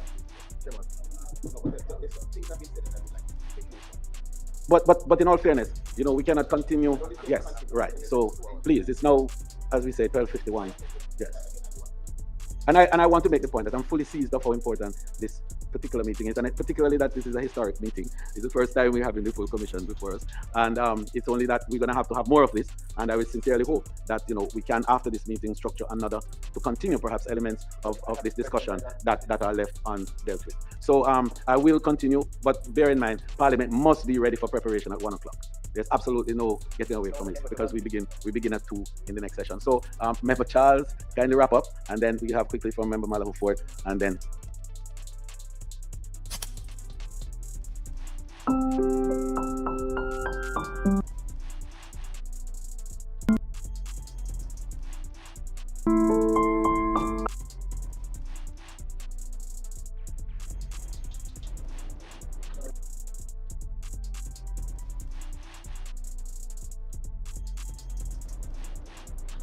It is telling what has been said around this provision. In my reading, I recall about strategic ambiguity, where persons can see something that is clear as unclear in order to foster debate, or what some call selective interpretation, where a clear statement or law can be seen as unclear if it doesn't align with the objective you seek.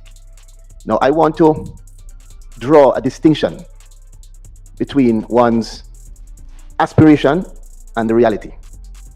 The law as it is now is a reality. What you want the law to be is an aspiration. And what I'm asking about is not your desire or aspiration, it is the reality of what is as it is right now. Now, the country, as said, is listening. And we have spoken about a number of things. The reference, Chairman, to Section 53 as a law that is unclear must be probed further. I would like to understand what word, what part, what element of that is unclear. And let me read it so that the country can hear it. Section 53.3. Until the tabling in Parliament of a report under Section 36, all matters under investigation by the Director of Investigation or any other person involved in such investigation shall be kept confidential, and no NO report or public statement shall be made by the Commission or any other person in relation to the initiation or conduct of an investigation under this Act. I would like to understand two things. What part of that they don't understand?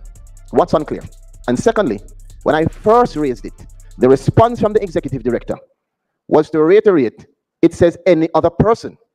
So this member, who he says is hanging his hat on the... You say itching and dipping in your audio. There, can you still hear it now? Because there is a beat playing in the background, you know.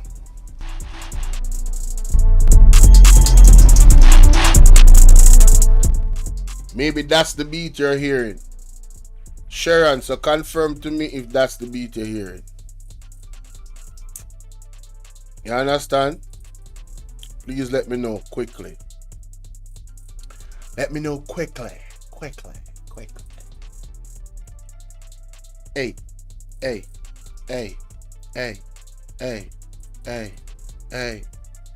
Are you still hearing it? You still hearing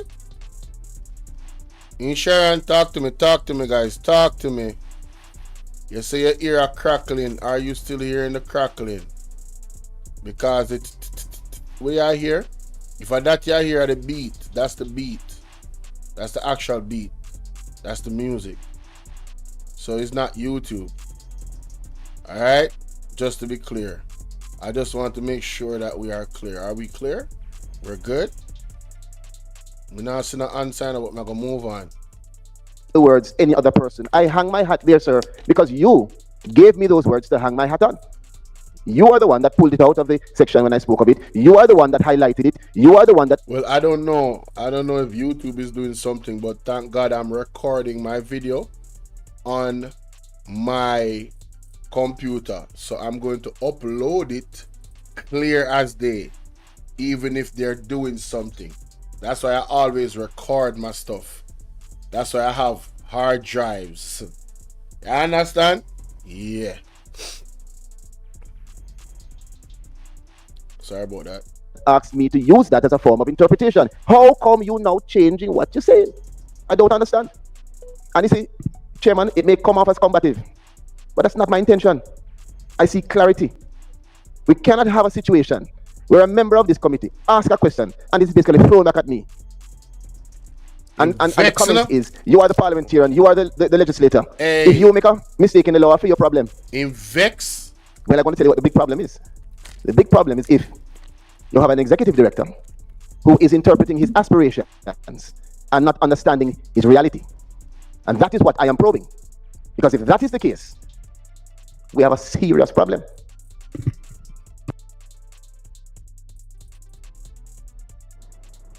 I will leave it to the judge. I will leave it to the judge. I think we have been talking about this issue for a long time, and I think it's a very simple matter. And it was addressed by Member Falwell. When we look at interpretation of statutes, we have to make sense of them. Is it being suggested that if I am a declarant and I have been cleared, I cannot say that I have been cleared? As Member Falwell said, the whole purpose, and when we look at this section, it is my view that the purpose of this section is to protect the person who is being investigated. Nobody can say anything about him. But I cannot see whether the person has been cleared or the investigation is discontinued. Hey, me don't know what go on still in the Aldiano. Me don't know what go on still, but if you notice the inconsistency, me go live the same time yesterday, you know. Me have 300 plus people in our chat. You see today? Come like the people them not getting no notification, bro. No notification. But you see, we are pressed on same way. Because we expect a fight. Because Pastor Peter Chambers don't tell me already. You understand what I say? But them can't go, them only are gonna make the channel greater. Them only are gonna make the support that we get from the people them even greater. So the powers that be that allegedly might be doing something to try and stop this platform for whatever reason. You're fighting a losing battle. I can't tell you that right now. You're fighting a losing battle. Me not even pay no mind, cause everything that's happening, even though with the fight, man, I feel blessed. Bro, I feel blessed. I feel blessed. But what the elder is saying is what I was saying in my first reaction. I don't really see the provision as something. It is to protect the declarant. So if the declarant wants to state that, not necessarily that he's under investigation for illicit enrichment, but that he is under investigation, if asked the question, I don't see how he can be locked up for answering that question. Yes, I'm under investigation. And they are the ones that made the law. And now he wants clarity from the Integrity Commission of the law when they're the ones that made it. You see, it don't make sense. He's just exposing himself. He wants them to say something that is his own interpretation. And as a wise legislator, he just read what the thing says. He's not gonna give you say that is what it means. You understand what I say? So him get yeah, well if a person will tell the truth get demonized, true. Him just expose himself. Continued, and I have my declaration certified. It would be nonsensical in my view to have such a conclusion. You see, Ella said, it is nonsensical in his view to have a conclusion. It is the music in the background making the itching. Them don't know, man. It have a go. Yeah, it is the music. Me know say the music. Me know say the music.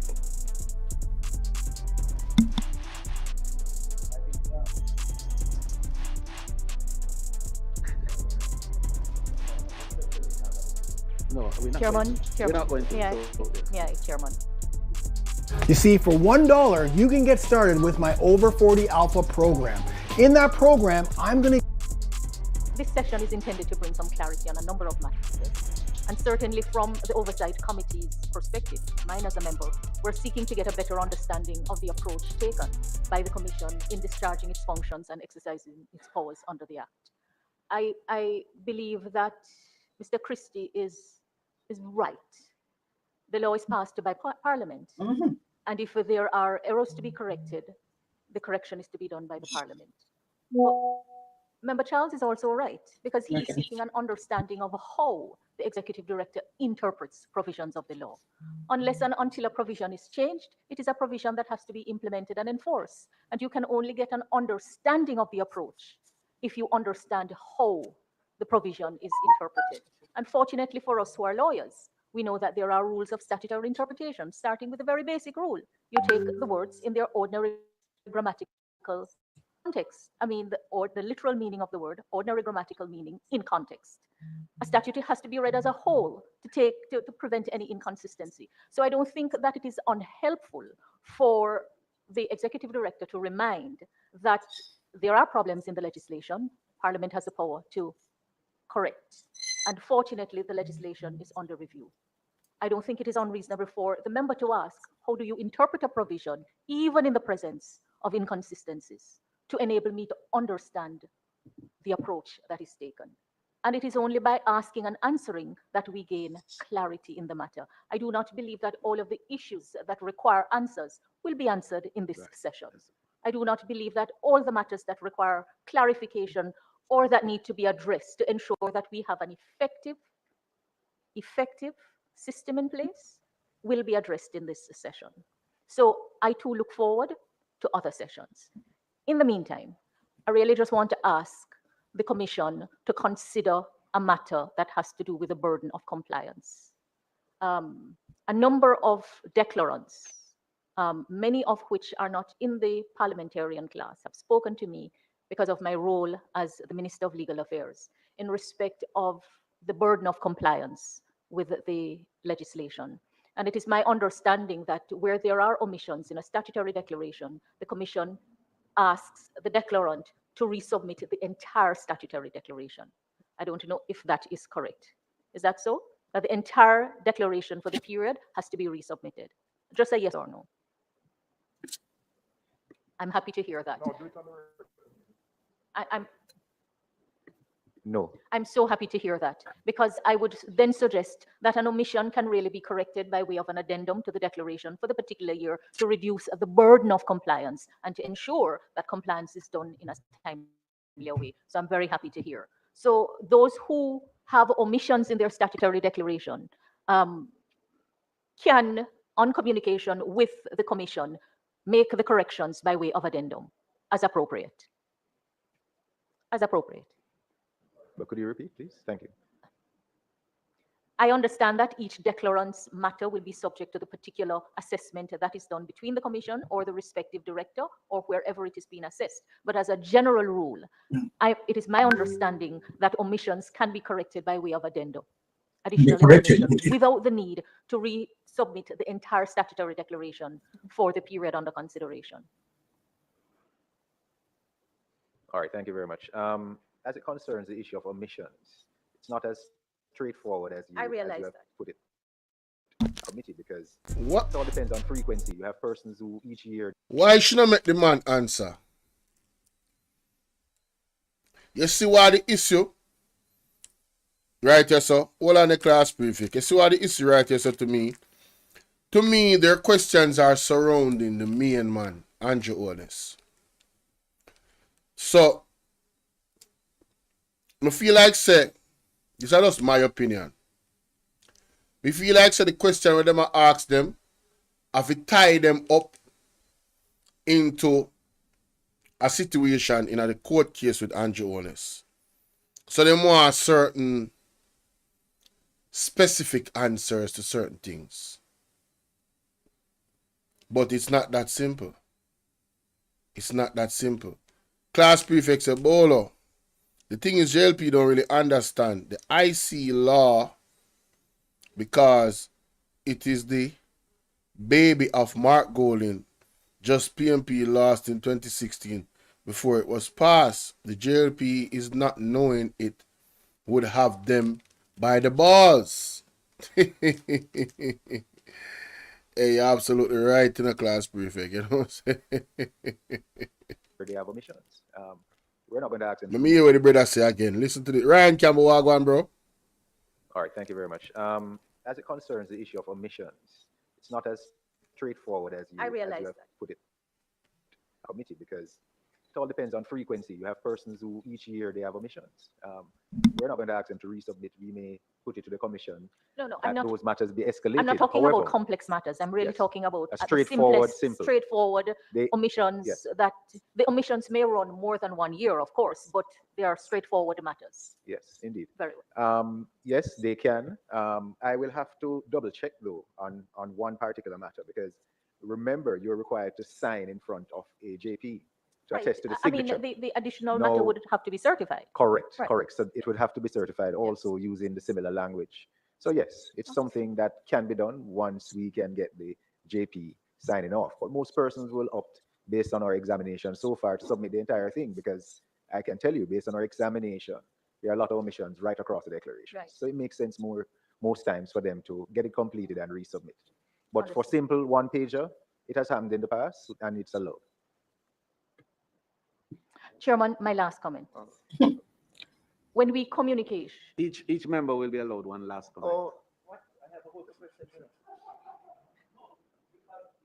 Because we will have other sessions. We have to have other sessions. There are a number of matters yield to here those who have that not I asked for have, their which we have not been able to raise as yet, which relates to the actual performance and some of the issues, particularly your EDS program for the declaration. That's very important, the electronic declaration arrangement, and a number of other such matters operationally that we want to raise with you and have clarification on. So we will have to ask you to come back. But we are constrained. The clerk of the house is here on that side looking at. Okay, Chairman. So Okay, Chairman, perhaps I can go ahead. And I suspect, and I don't think we should be encouraging commissioners to come to Parliament to be questioned by us. I fundamentally disagree with that, but let me go into the question that I want to put. And it's going back to what I believe our role is. I want to go back to public education, because prevention is better than cure. And having been subjected to some of the lectures by the commission, I want to recommend, Chairman, from this committee, that all civil servants who are within the framework of the law, that they be mandated. Now, that is what we can mandate. Some education by the commission. And in that regard, to recommend that the commission revisit its staffing for public education, and that we will approve any such budget that comes to us for the expansion of that staffing. Secondly, again, I believe a role that can be played is to guide us in some of the things that we've been criticized over. So I would like to know, as a member of Parliament, what are some of those conflict of interest that we need to be wary of? What are some of those functions that you perform in your private avocation that might run afoul of the law? And certainly, when we become government, what can a cabinet minister do and otherwise? I think those are important functions. Yo, that is an excellent question. I can't wait to hear the answer to this. That, of course, prime ministers are being questioned about what they do now, much less me. And thirdly, I would like to know, Chairman, in your very first paragraph, you raised an ethics issue. I'd just like to know if you have received a response from the speakers yet.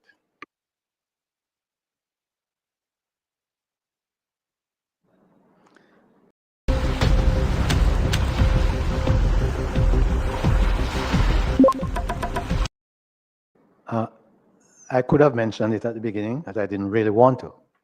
No, the speaker has not even acknowledged receipt of the letter.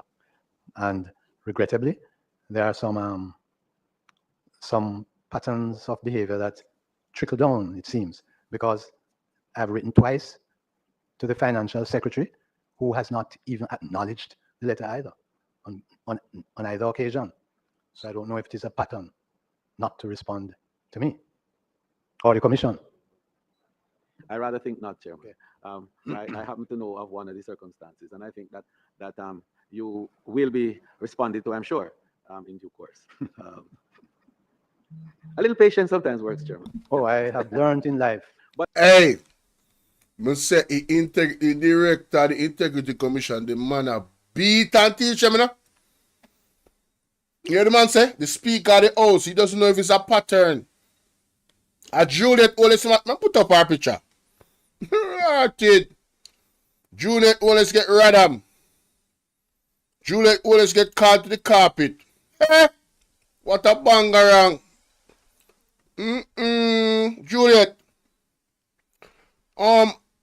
Miss Juliet, why you not answer allegedly? Why you not answer the man letter them? I want go on. Excuse me, guys. Excuse me. Eh? Wagwan. But To be patient. Once you went to overseas, you would learn patience. Okay. To the point, however. No, you know, so me like it, Pastor. Me like, yo, big up that brother. Yeah, man, me like that brother.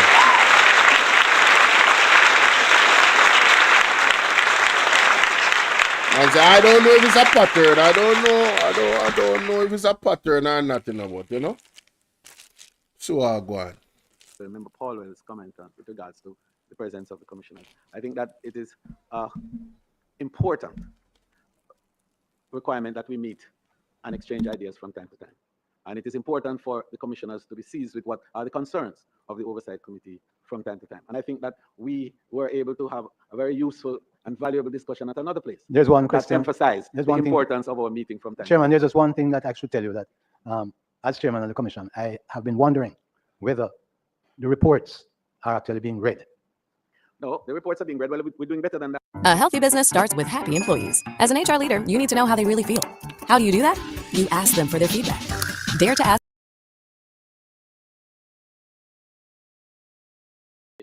The whole idea is that we're trying to build more capacity for the committee to be able to respond better to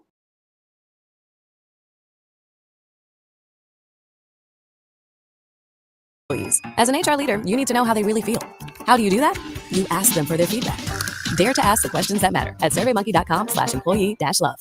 223, and all that information is fine. The whole idea is that we're trying to build more capacity for the committee to be able to respond better to the reports that you're sending and to be able to work with you to enable the compliance that we're about.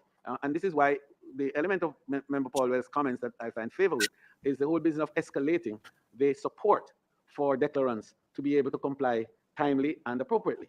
And I think that one of the big responsibilities to enable compliance is for us to establish a department, perhaps even, that offers support. Because several of the declarants are ignorant of most of the accounting principles and so on, which guide how this very voluminous document called the declaration form are structured. And several sometimes are in trepidation trying to fill it out, especially because of the legal implication of each page having to be signed by you and notarized. So it's a legal document. And so and a number of persons have come into public life, you know, with limited knowledge of these things and guided by, and it does, because there's no glory in prosecution. There's glory in compliance. We would be happy to report that we have 100% compliance. By we would be happy if the law made the declaration form just two pages. My final comment, Chairman. Even as I look forward to further engagements, I'm coming away from this meeting reinforcing the view that I had when this act was presented to the Parliament. Those who would recall, I expressed the view that the law needed to be completely rewritten, that the model needed to be rethought, and I am of that solid view, that the law needs to be completely rewritten, and that the model needs to be rethought. And that is what I'm going to take away from this meeting with a recommendation for implementation. So between yourself and the member to my right, who have to my left with responsibility, please take note. The work needs to be accelerated. 20 years time. We take note of that final comment. Member Charles, I see. 20 years time. Thank you, Chair. Wait, so hold on. At 20 years time before you can rewrite? Backside. She not go there. She not go in a politics again. I'm sure. All of them supposed to out, and couple of them supposed to be in prison. Some of them might have tried run away. God I go judge some of them. You know? Who knows? All type of 20 years. Mighty God. What I take away, it doesn't accord with what I take away is that we need to be clear on the difference between recommendations and reality. That's my taking. I have read the recommendations that have been proposed by the IC, some of which I think are prudent, some of which I don't agree with. But we will have an opportunity, I hope, to go through that. But the nation needs to understand that we are now governed by the law as it is. And that should be the subject of our operation. You know, in the opening remarks, and I go back to Chairman Panton. And this dude, man. He is someone who, as a law student, This dude, bro. He is salty.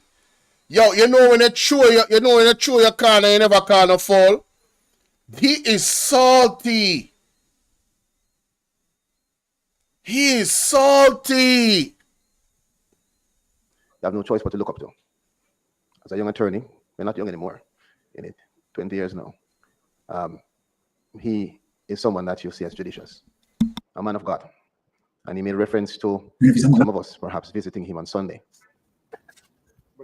I go to church on Saturday, but I have no hesitation in still joining the chair. But you know, as we close, it is our Almighty that said to us and reminded us that simply calling him Lord and acknowledging him won't be enough to secure a place in heaven. What truly matters is doing the will of God and living that life aligned to his teaching and values. Not everything that is said and done will accord because it is said and done. Chairman, these are serious matters. I want to thank the commissioners, Justice Hibbert, great respect, and others for coming before us, Mr. Crawford, Mr. Powell, and the members. And I want to assure them and hope that they leave understanding that my probing is not meant in any disrespect. It is meant for me to carry out my function. Hey, it's my birthday.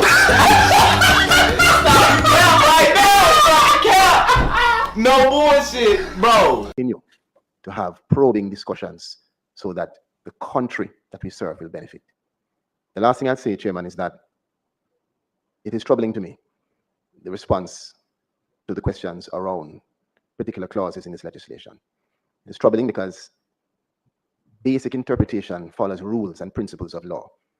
We have an Interpretation Act, and we have different ways to interpret literally, etc. going down, as has been said as also by Member Malahoo Ford. Either the inability or the decision not to see that clearly causes me a lot of concern.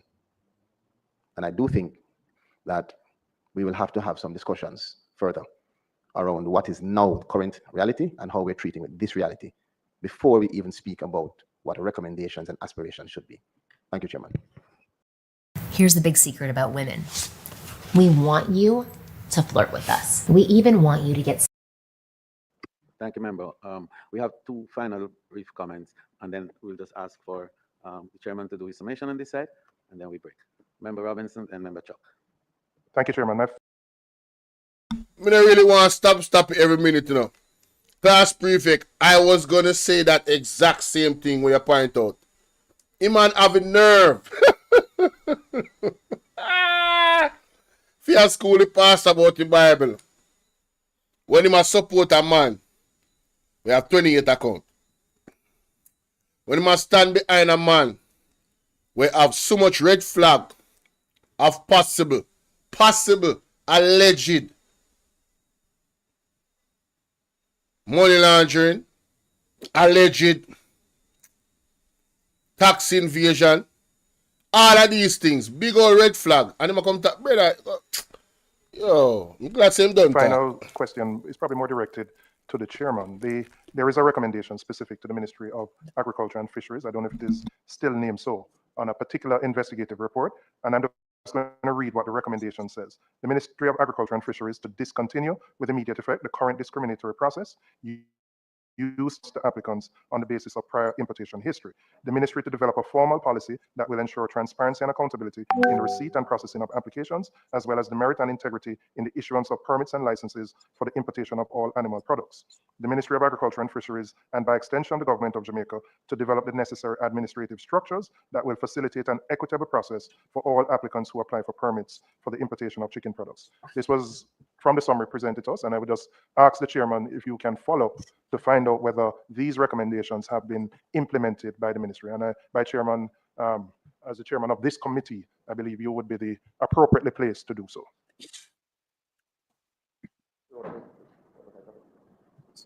Committee chairman. You. Wait. No, you are giving Member Chuck an opportunity to speak, yes, and then I respond. No, a few things. First of all, I want to thank the commissioners and his team for being here, and I hope that in another 2 or 3 weeks' time they can return, because I have had the opportunity to explore a number of points which I certainly would like to raise. Certainly, I want to know, when hopefully you all return, what is the basis or the relevance of asking members of parliament who were elected in 2020 about matters 20, 30 years before, decades before, including, for instance, they purchased car in the 90s or a couple of decades before. Who purchased car in the 90s? Who purchased car in the 90s? I found my own speaker about that. He brought the one in the glasses. Why? Yo. Hey. I asked funny, I honey. don't know. But that she come to my funny. mind a while ago. Oh my God, that is funny. Hey, class prefect, wisdom warriors, deep divers. I know say all I want to support me, you know, from all of these different areas, you know. Andre Stevenson students, wanna indicate me who him a talk about. From in the 90s. Where did they get the money to purchase the vehicle? What is the source of the fund? And there are several similar matters like that. Oh, so you are one of them we don't want to declare your assets them too. Because the vehicle they purchased in the 90s, you're not supposed to have a receipt to tell you how you buy a vehicle. So you can't just have $1 trillion building. But because you did purchase it 20 years ago, you're not supposed to declare your assets them and tell you how you get the money. So time passed, that means you don't have to declare it. Oh, I saw you pre. You want that? You know what? Let me continue. They were elected in 2020. Is there no statute of limitation as to where they stop? And then to ask a member for their employment history from the first employment to know. If that is asked of me, I would be going back 60 odd years. When I work in the, picking up trolleys in a supermarket and getting so much profit. These are questions asking members for their employment history, which is 60 odd years in my case. Not they ask me, but similar persons along that line. And finally, the chairman of the Integrity Commission speak about no leakage from the Integrity Commission. But a member, and this oversight committee, not you, was on the platform in August of this year, speaking about reports that will come to Parliament that will be so dramatic. Yo, this a man still a spread this a liar, brother. The man is still a watch him face. Oh, him look so. Oh, watch out. Me I go screenshot this. I want him. Look at China man. I want him. Watch out.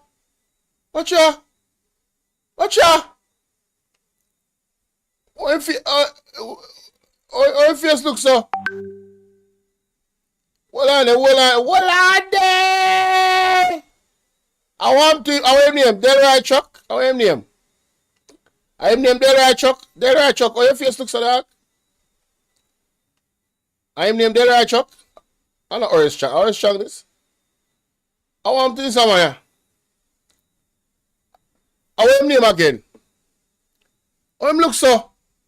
My general. Oh, your face look. Now screenshot this. You don't look good, bro. You look stressed, bro. You look vexed. Oh, I'm team.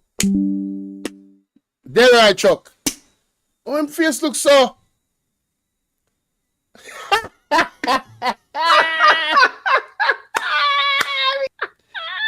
Hey, Integrity Commission have them stress out. Funny, honey.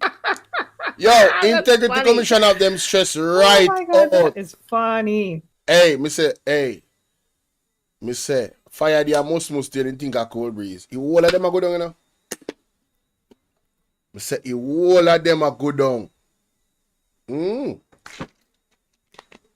Delroy Chuck. Hey! That there could be an election this year. Now, how do we know Parliament? How do we know that? But it would be so dramatic. And then, Chairman, the report, as normal, would come a day before Parliament started, or the weekend before. Everyone knew Parliament was going to start on the 17th of September, but it came on the 5th of September, 2 weeks before the 17th. Why did it come so early? Almost 2 weeks before, when we know Parliament was going to be the 17th. And this is almost a couple of weeks after Member Robinson is talking about this dramatic report that was coming to Parliament. Where is, how does he know that a report is coming to Parliament?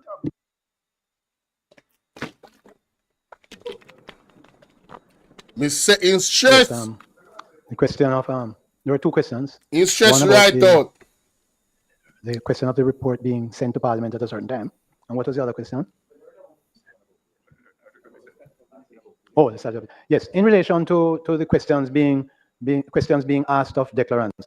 What I would like, Chairman, is for specific instances to be presented so that they can be dealt with. Specific instances, the name of the declarant and the questions asked, so that the Director of Information can deal with it.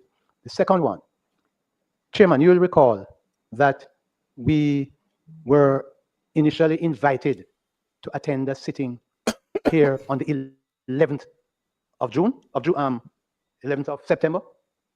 Here it is now. If members recall that, then they would not be thinking that we knew. Helen Hadsell was able to win any competition she took part in. She was known as the contest queen because she had won. That there was going to be no sitting of Parliament until the 17th. And the fact of the matter is that we send reports as soon as they have been received and completed process. We send the reports, and they are usually timed to coincide with a sitting. And our understanding was that there was to be Parliament during that week of the 11th of September. And subsequent events, which we have no control over, resulted in the cancellation. That was the date for the nomination in wherever it was. Chairman, respectfully, I have to give some guidance in that regard. And unfortunately, your account doesn't comport fully with my understanding of what transpired in the period. I recall that we wrote to you inviting the commissioners for a meeting on the 11th. That had nothing to do with the calendar activities or the plan for the meeting of Parliament. Absolutely nothing to do with the meeting of a committee of Parliament, and that has to do with the oversight committee. So we had at no time intended for Parliament to reconvene before the 17th. In addition, there were some other issues in relation to the preparation of the room and dining. We didn't know that. You wouldn't know that, but it is fair to say that the But assumption what? that because we asked you for a meeting on the 11th, right, which you indicated to us was not possible for the commissioners, but rather the first week of October, and we agreed to do the first week of October. So I regret that you had a misunderstanding in terms of that, but for clarity and yeah, but the man I explained to you why they give you the report as soon as they give you because of that meeting we only did have. So the man answer a question clear. You just confirm what the man say. And for accuracy, the two meetings never had anything to do with each other. Yes. The meeting suggested for the committee is a different thing altogether from the meeting of the House. And in respect of a member of the committee or member of Parliament saying that report is going to be tabled or something, I don't think it should be Commission's feet. The fact of the matter is that politicians, as you know, they say things, all sorts of things, they speculate, and we have no control over that. Period. Period. Chair, we don't speculate. Simple. But we do take what is said very seriously. I mean, a number of parliamentarians, knowing that I sit on the oversight committee, I raise up in blood pressure. Watch out. Especially Mr. Craig. Why they drop down? And you asked for specific examples. I can give you one right now. And several of them have commended the commission. I can name them. That's fine. But Senator Morris. No, but I'm not going to call names. No, I'm not going to call names. No, one second, Chairman Constant. I'm not going to. But you have a situation now where a member elected in 2020 is asked a question. You bought a 2014 BMW. What is the source of your funds? What's the relevance of that? So we'll ask those questions. And I can. What do you mean? What is the relevance? What do you mean? Oh, what kind of idiot this man? Yo, me I tell you, say, Father God, please forgive me, man. But yo, what am I talking about? What is the relevance of your question, sir?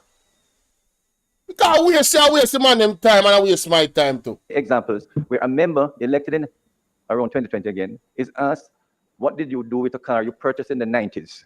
What price did you get for it, and how did you dispose of the funds? What's the relevance of these questions? Director Beresford. Yeah, mystic sensation in the background because this man a one big old buffoon. Yo, how them a people? Who elect them, man? Who elect them for be representatives of everybody in a Jamaica in a government? How embarrassing. This go over to all over the world.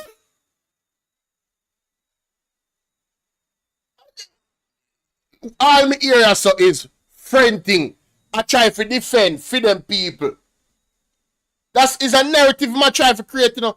Brother, it no matter when you have your asset or what asset you have, you better can declare it.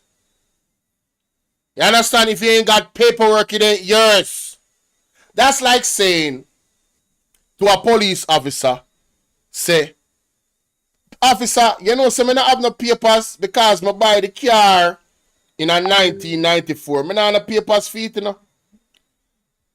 So I can just drive around without the papers them because I don't have no paper because in 1994 I buy it and today are 2024 January or October.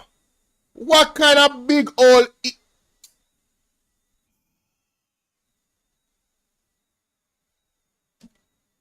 respond.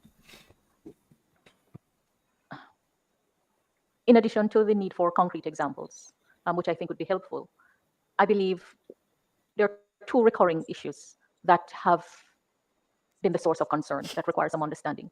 What is the understanding of the IC's remit in relation to matters before the law came into effect? That is one. So the law has a start date, and how far back do you reach under the Act, which had a start date? And relates to inquiries into assets and liabilities before the declarant became a declarant. I said two, but there's also a third one, materiality and the principle of de minimis. And that is of particular importance against the cost, the administrative cost of pursuing something, given its materiality. And I know materiality has to be looked at in context, but across numerous declarants, not limited to members of the political directorate, the recurring questions occur. What is the Commission's understanding of its remit in relation to matters before the law came into effect, and in relation to matters before a declarant was a declarant, and materiality?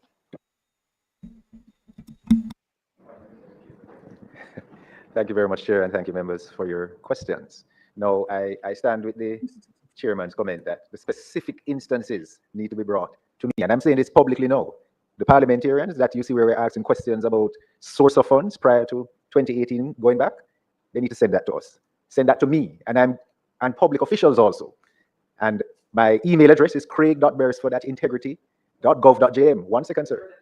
The letter, they should send it to me if that is the case. And let me answer the specific question. The statutory declaration requires you to complete several sections about your property, motor vehicle, et al. Now, if it is the case that you still own the property or you still own the motor vehicle, you have to declare it, even if you purchased it in 1970. On the form, it also requires you to put the purchase price, and there's a reason for it. So if you submit a declaration without the purchase price, regardless of when you purchase the asset, it has to be disclosed. Your declaration is not complete.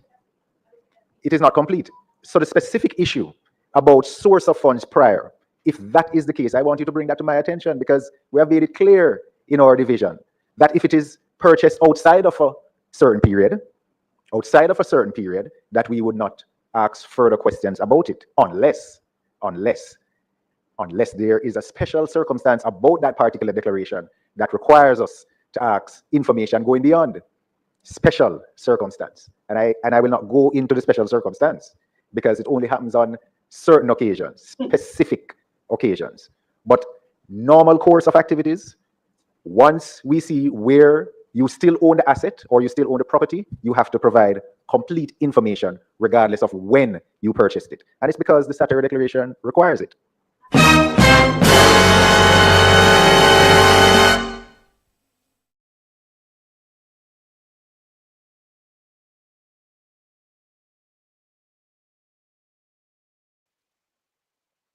Clarify the point. Insofar as a section of the declaration requires... We just not tell Del Right Chuck to go sit down. Sorry about that. Me did it on mute. I hope that answers question. Come on, the regular person that have a brain understands that. If you're going to declare your asset, it means you need to tell us how much you pay for this. And if you have papers. Period. declaration of the asset and the price of acquisition or disposal. I don't think that is the issue of stating, if one recalls, what the cost of acquisition was. It's the reaching back. So are you saying that your understanding of your remit is that beyond stating the cost of acquisition, you have the power to inquire into the source of funds to acquire that, even if the declarant were not a declarant? Definitely not. I'm happy to hear the answer. You need not say more. I'm just happy to hear that that is your answer, because if the answer were otherwise, something would be very wrong. Thousands of woodworkers are now easily accessing instructions, drawings, blueprints.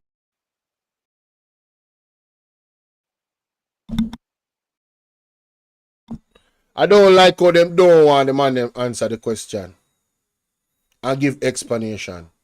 Them just want to like create a narrative. Because them a liar and them know. Lord, the man talk. To know. I just want to make this clear. Yeah, man, We make it only go clear, back my in boss. Make it clear, my boss. Yes. Indeed. Yeah. Yes. So once you were a declarant, special circumstances, we may ask questions. But what we do specifically is that we look at each declaration when you procure the asset, liability, if it's income to be declared, we ask for supporting documents once we're reviewing those statutory declarations, as a matter of course.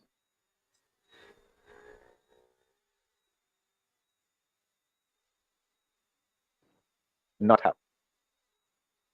And that's why I'm at that specific instance, so I can treat with it. It's not supposed to happen. Well, I think we really have had a very fulsome, discussion. And I just want to make the point. And me alone about this man are nervous. You look nervous though.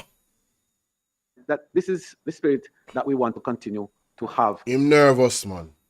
Him know say nah go well, but he might try to make it seem like, you know what I mean? Very active and very strong discussions between the Parliament and the Commission. There is really no need for us to be angry. That's not the intention. There is no need for us to interpret, comments in the most negative and derogatory way. That's not the intention. The intention together to create the framework and the environment for the strongest and most powerful compliance possible. Let me tell you something, Mr. Bartlett or Bartley or whatever you want to name. The JLP has destroyed the relationship with the Integrity Commission. They might not want to tell you, but let me tell you. They have destroyed the relationship with the Integrity Commission. Because you know, have one little rag dog, one pit bull that can't lock feem out and say anything will come to your mind. And the Prime Minister seems like him is not have any leadership standard. He must put a muzzle upon the pit bull. And what the pit bull are going to do, he are going to start some foolishness in the environment and the ecosystem of Jamaica. And that go on. You understand? Because it's like you're afraid of the pit bull. You feel me I deal with? Pit bull for resign, man. To ensure that Jamaica's reputation and name is strengthened out there as a transparent destination where integrity reigns. I want to thank you, Chairman, and your team for coming. I want to thank members too. We have some small domestic matters to complete before we actually break. But we want to thank you. 2 words of a fun. Happy hunting. Okay. We have to. So is that it? All right, beautiful. Beautiful. Big up the Integrity Commission. Yes.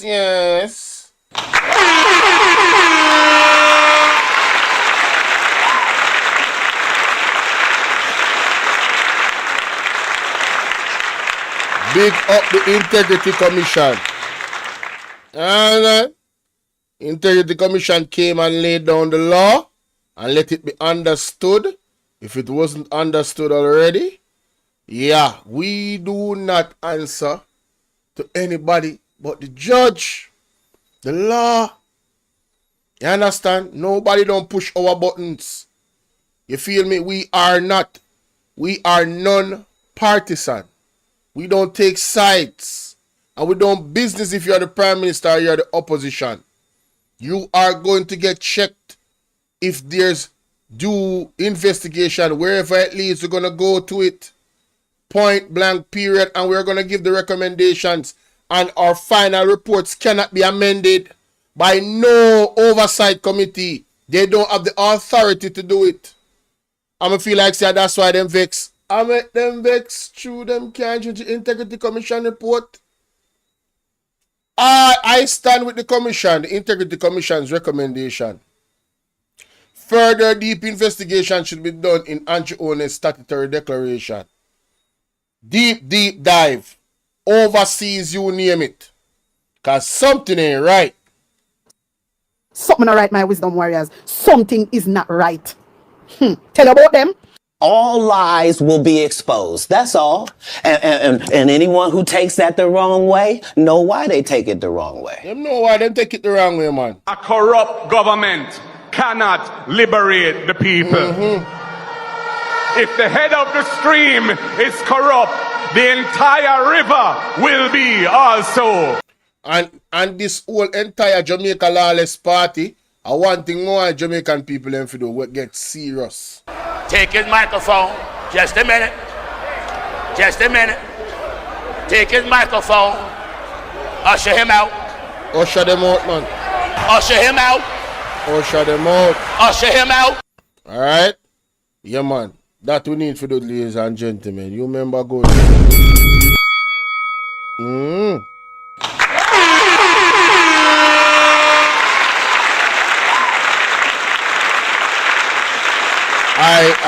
I would invite anybody that wants to call in.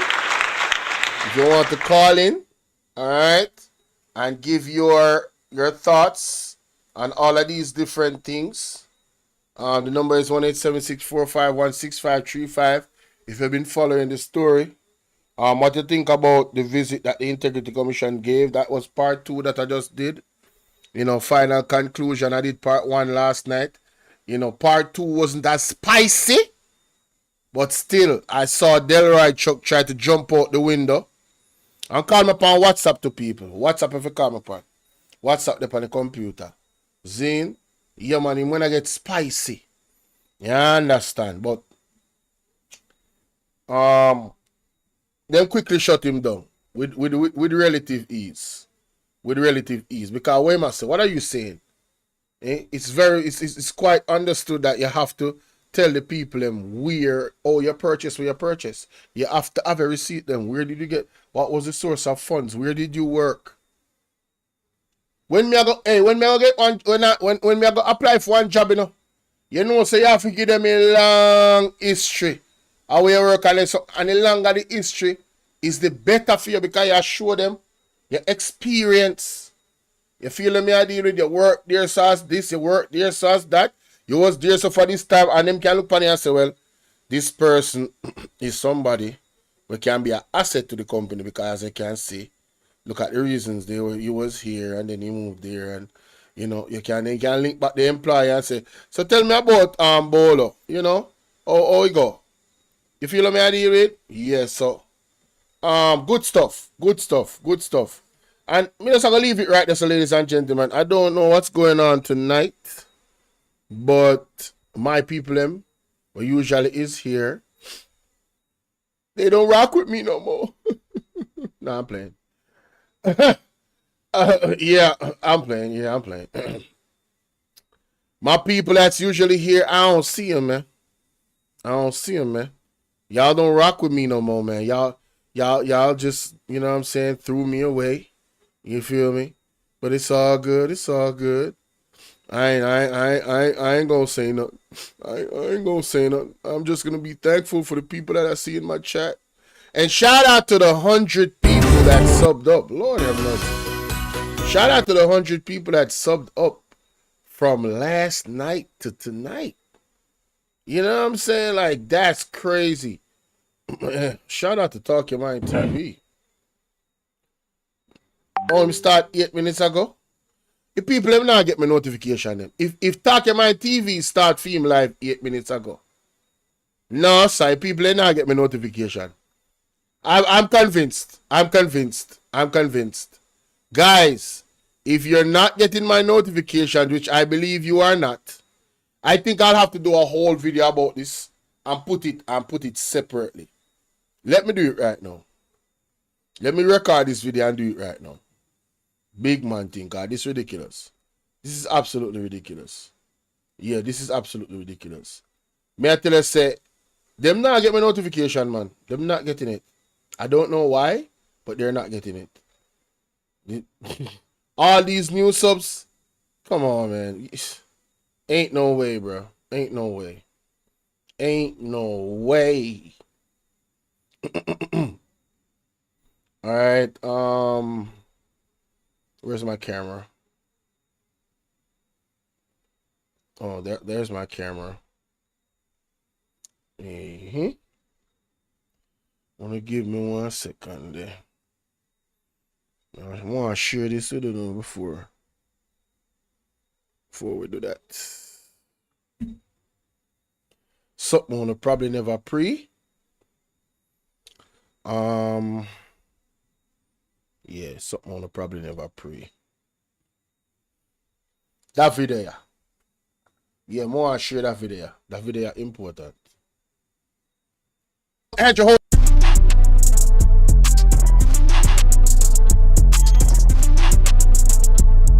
don't spot it up. Hey. Wait a minute, hey. Here we go, hey. Alright, watch this. And also remember, don't believe what we say in this video. This video is all for entertainment purposes. A corrupt government cannot liberate the people. If the head of the stream is corrupt, the entire river will be also. And it's a brother Bolo V&R. I want to highlight something when I sip on Talk Your Mind TV. Big up Talk Your Mind TV. You see me, David? Yeah, man, more highlight that something here because yeah, I never know about this now. So me I deal with, so I am now, what I say, I am now hip to this because I Talk Your Mind TV. You feel me I deal with? So big up Talk Your Mind TV. For constantly I put out the information out there and educate the people them. Wanna go over there and make sure so subscribe, you understand? If you not subscribe already, I don't know who now wait pan. You see me? So without any further ado, let's get into it. Much discharge the life of Jamaica. Wobby and Tono, man. Hey, matter of fact, in the next video, I am going to show about Andrew and his friend from Canada, Justin Trudeau. He may have the same corruption like Andrew, you know. When I listen to this, I feel like a joke. On a blood clot, listen to this here. Much everyone for being here. As you know, the House of Commons is paralyzed today, again, I think for the 7th day, after Justin Trudeau refused the Speaker's order to hand over evidence to the police in a $400 million scandal. A scandal. What? Hold on there. Wait. I wasn't ready. This is bigger than I could even imagine. Scandal. Involved. What? Wait, brother, what am I say? In can't serious. On a blood clot, listen to this here. Much everyone for being here. As you know, the House of Commons is paralyzed today, again, I think for the 7th day, after Justin Trudeau refused the Speaker's order to hand over evidence to the police in a $400 million scandal. A scandal involving 186 conflicts of interest, wherein Liberal appointees gave money, Canadian tax dollars, to their own companies. There must be something really damaging in all these documents Trudeau is covering up for him to shut down the House's businesses for 7 days in order to prevent the police from getting their hands on him. It's just another reminder that after 9 years of Justin Trudeau, everything is broken. He's not worth the crime, the cost, and the corruption. Housing costs have doubled. The cost of food has driven 2 million people to the food bank. Our economy is the fastest shrinking in the G7. Right now, the... Hold on there. Everything when just send a sound like what happened to Jamaica. Is it just me? Everything what the man just said a while ago, isn't that what is happening to Jamaica? So, can we hold the two countries together and their leaders? Let me put up all them pictures same time, because you know I'm not playing now. This is who them talking about. This guy. I never trusted this guy. Never. His stance in the pandemic and all the stuff he does, I never trusted him. Ever. Ever. For me personally, every leader in the pandemic that was co-signing that shit, every one of them, in my opinion, is exposed. Let me know what y'all think. I'm talking about every one of them. I don't trust none of them off. None of them. You feel me? Andrew Holness included. I don't trust none of them. I don't care what nobody talking about, bruh. I don't trust these people, bruh. Real talk. Alright? So miss me with the dumb shit. Miss me with the foolishness. Alright?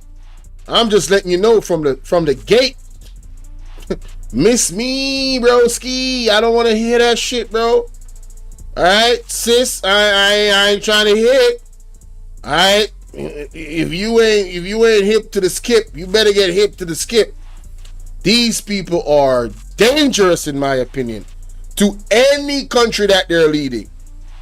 Point blank. Let's listen to this again. Boy, I'm trying to tell you. The average American. This is ridiculous. The House's businesses for 7 days in order to prevent the police from getting their hands. 7 days? So when the IC report was coming out, right? What did the JLP do?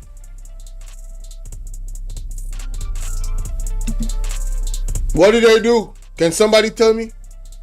First of all, Mouthpiece came out, tried to get ahead of the narrative. That's the first thing that happened. The other thing that happened is we expected the Integrity Commission report to be read the same week. It didn't. It was read the other week. Delays. Listen to what the man's saying. So it's just another reminder.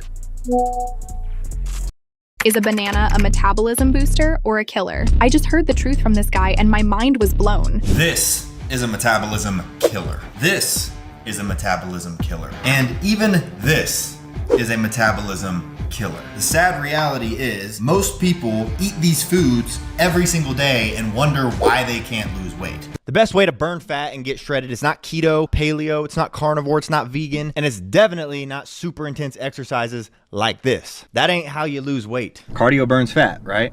No. Cardio actually burns calories, usually in the form of carbs in the bloodstream that are then replaced with the very next meal that you do eat and stored as more fat. This is why even when you eat low-calorie foods or you run for an hour a day, you get softer, but you don't actually lose any weight. And this is one of the biggest reasons why most weight loss attempts fail within the first 3 weeks. The truth is that Hollywood's elite actors and actresses, they can get super ripped because they followed a long ignored technique that was used for generations of bodybuilders and athletes before steroids were even popular. So what's their approach? Well, they ruthlessly cut through the fluff because they have zero time to waste because their next film role is starting in just a few weeks, and so they can't waste time on the wrong program. I cut out carbs, sugar. It was just not sustainable. Boom, I gained it back so fast. This time I feel like I've done it the healthy way. I've lost 30 pounds. Just do it. Just do it. You won't regret it. You're gonna see it. Sorry, guys. After 9 years of Justin Trudeau, everything is broken. He's not worth the crime, the cost, and the corruption. Housing costs have doubled.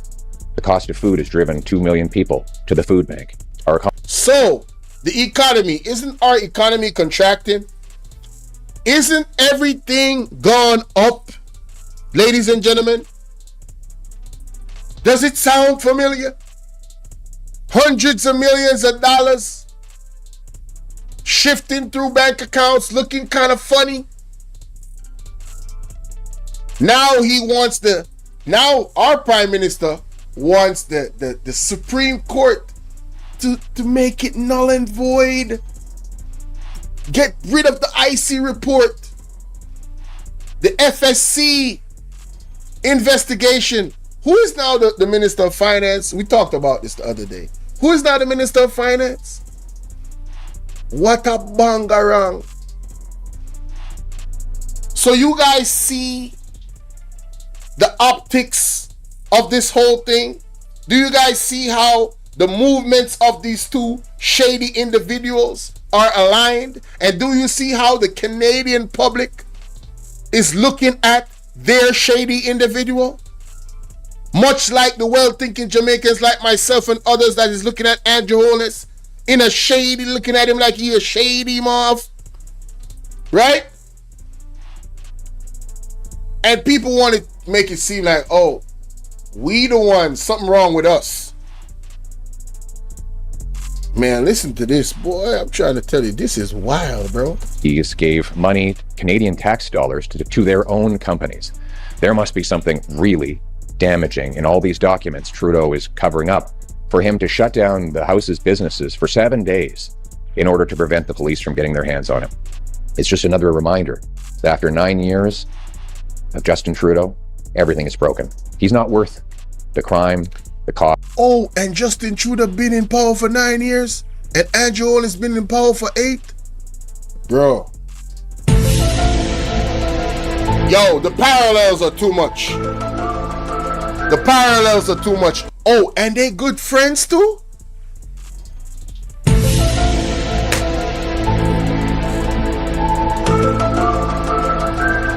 Man, oh man.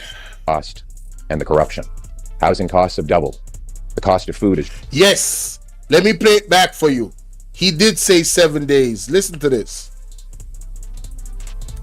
Paralyzed today, again, I think for the 7th day, after Justin Trudeau refused the Speaker's order to hand over evidence to the police in a $400 million scandal.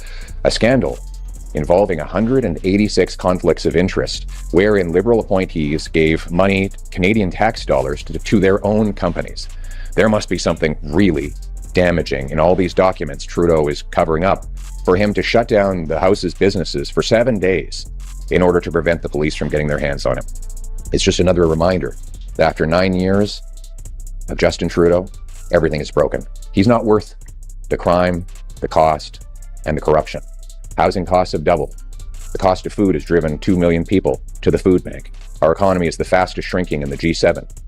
Right now, the average American makes 50% more than the average Canadian, the worst gap between our two countries in Canadian history. Food price inflation has been 36% higher in Canada than in the US, something that the food professor Sylvain Charlebois attributes directly to the carbon tax, which, and they're the worst, the news gets even worse. Trudeau wants to quadruple to 61 cents a litre, which will grind our economy to a halt. Factories won't get their parts, grocery stores won't get their food, workers won't get their paychecks. It will be like a nuclear winter for our economy if this quadrupling carbon tax goes ahead. And that's why common sense conservatives will axe the tax, build the homes, fix the budget, and stop the crime after the carbon tax election. But worse than anything else is what we see in our streets today. What has happened to our country? The division, the violence, the hate, the danger, the anti-Semitism. Man, I really gotta stop it there. What has the Jamaica Labour Party members been doing? The type of statements they have been making, isn't it causing a division and a conflict? In your opinion, let me know what y'all think.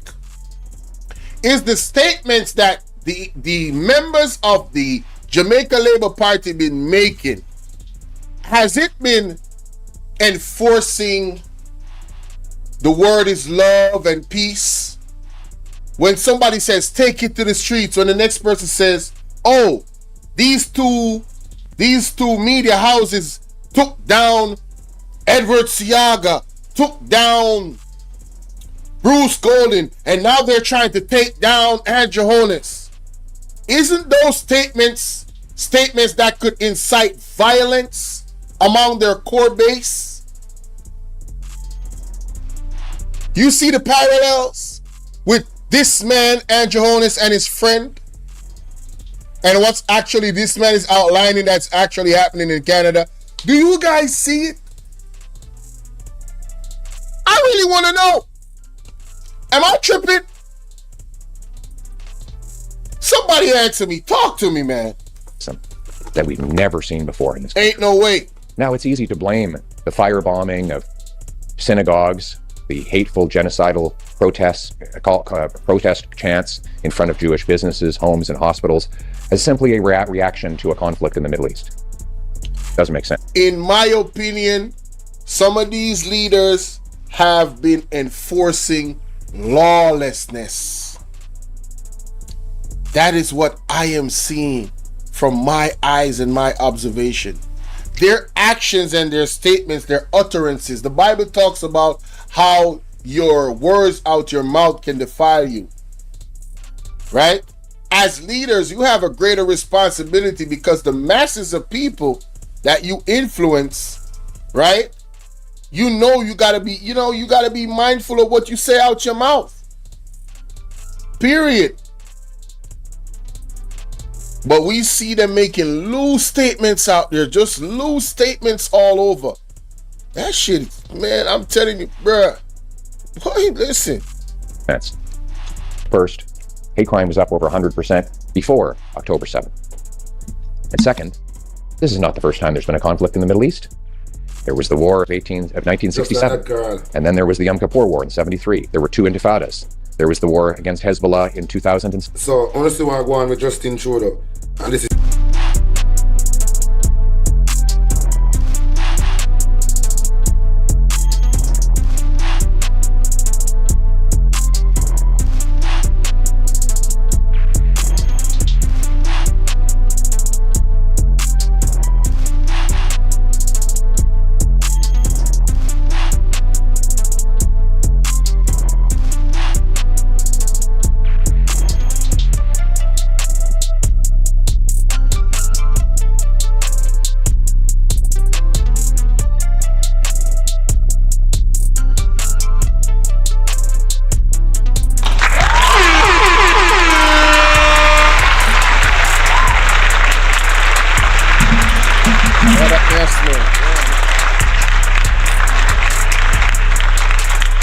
Take the people. Yeah. Had to take a break there. All right, let's get it. All right, man. Let me adjust this real quick. Yeah, I gotta do it the same way. Because I gotta use the share screen. Yeah, I gotta use the share screen. All right, cool.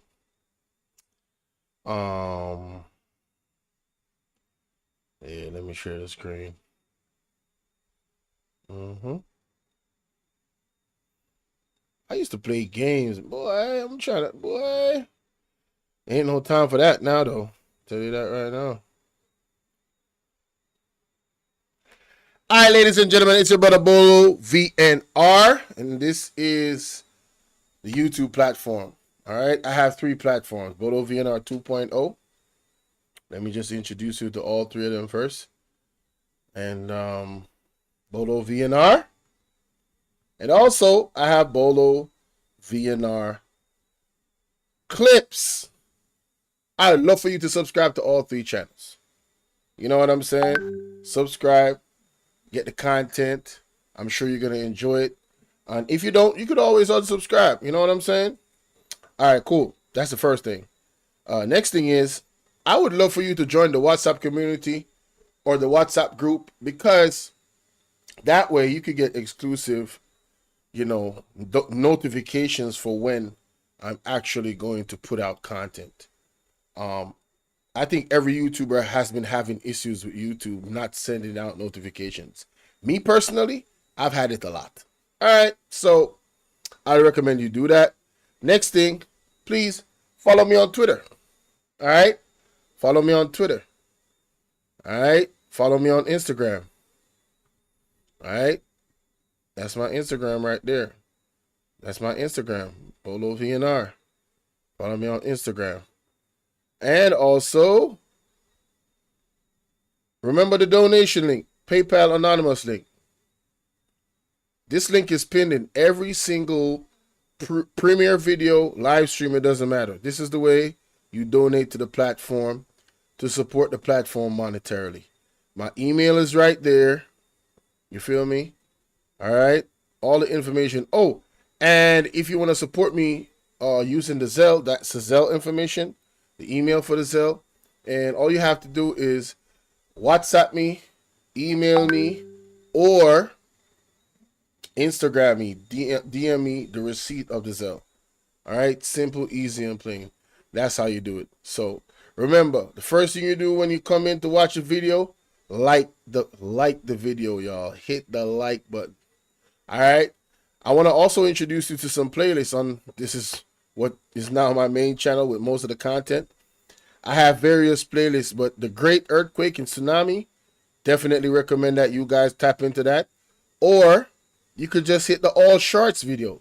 All the shorts I do, it's right there. And you could just boop, get to that. That's the way to support your brother. 1 minute shorts, very, very simple, easy. All right, shout out to all the new subs, shout out to all the day ones. Yes, it's your brother Bolo V&R, and I really appreciate y'all, man. So I just wanted to let you know that.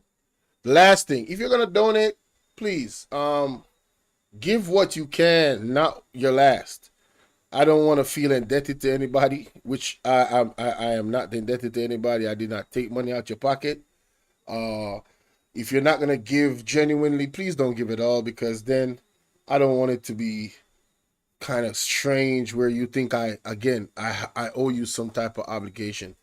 I put time into all of this that you see, all 500 videos.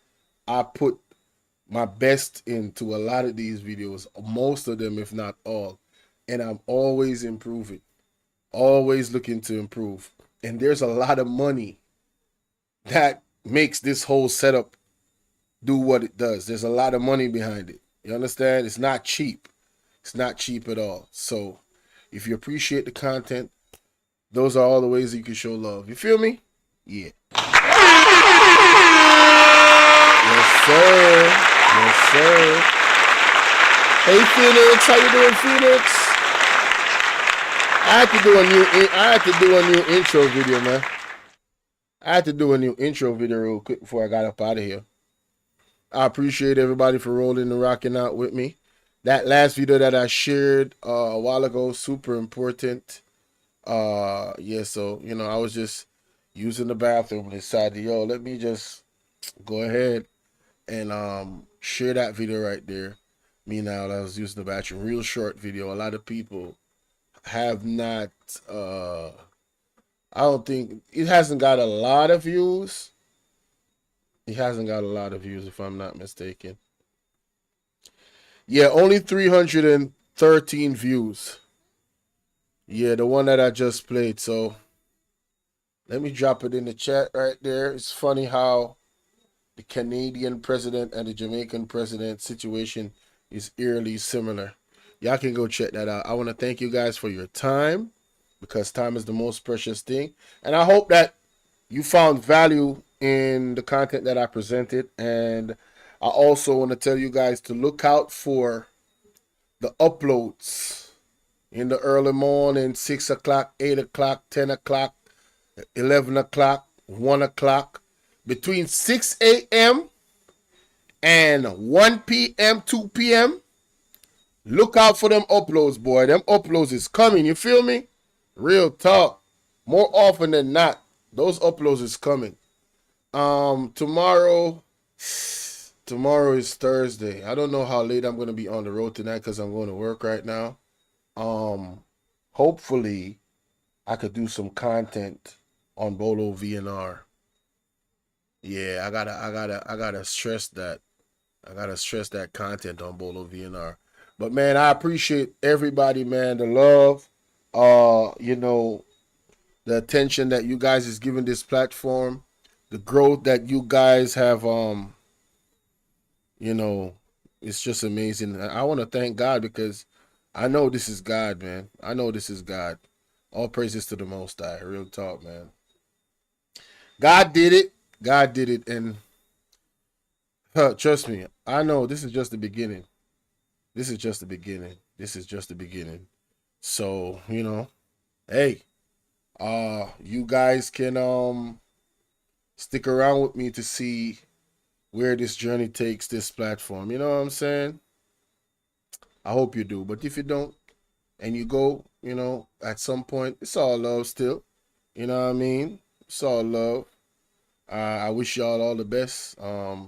Even if you don't wish me the best, I wish y'all all the best.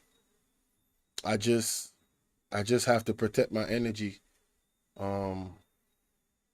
Yeah, I you know, when it comes on to my mind and my spirit, I have to protect my energy. You know, if people are moving in a certain way, I can't entertain them. But I hope that they grow. You know, I hope that they change. I hope they become a better person. You know, it doesn't necessarily have to involve me and them having any interactions. But you know, I wish the best for 'em. I wish the best for 'em. You know, real talk. No joke. I really do. I really do. I hope they figure it out. You know, so thank you guys again, man. That's my time. Shout out to Phoenix Rising in the bushes, looking and lurking with the googly eyes. And shout out to Kev's Butterfly too, one of my bushwatchers as well. Shout out to all the day one. Shout out to the new one. Shout out to all my mods. Shout out to all the content creators that show me love, man. KB, you know what I'm saying? Everybody, y'all know yourselves, man.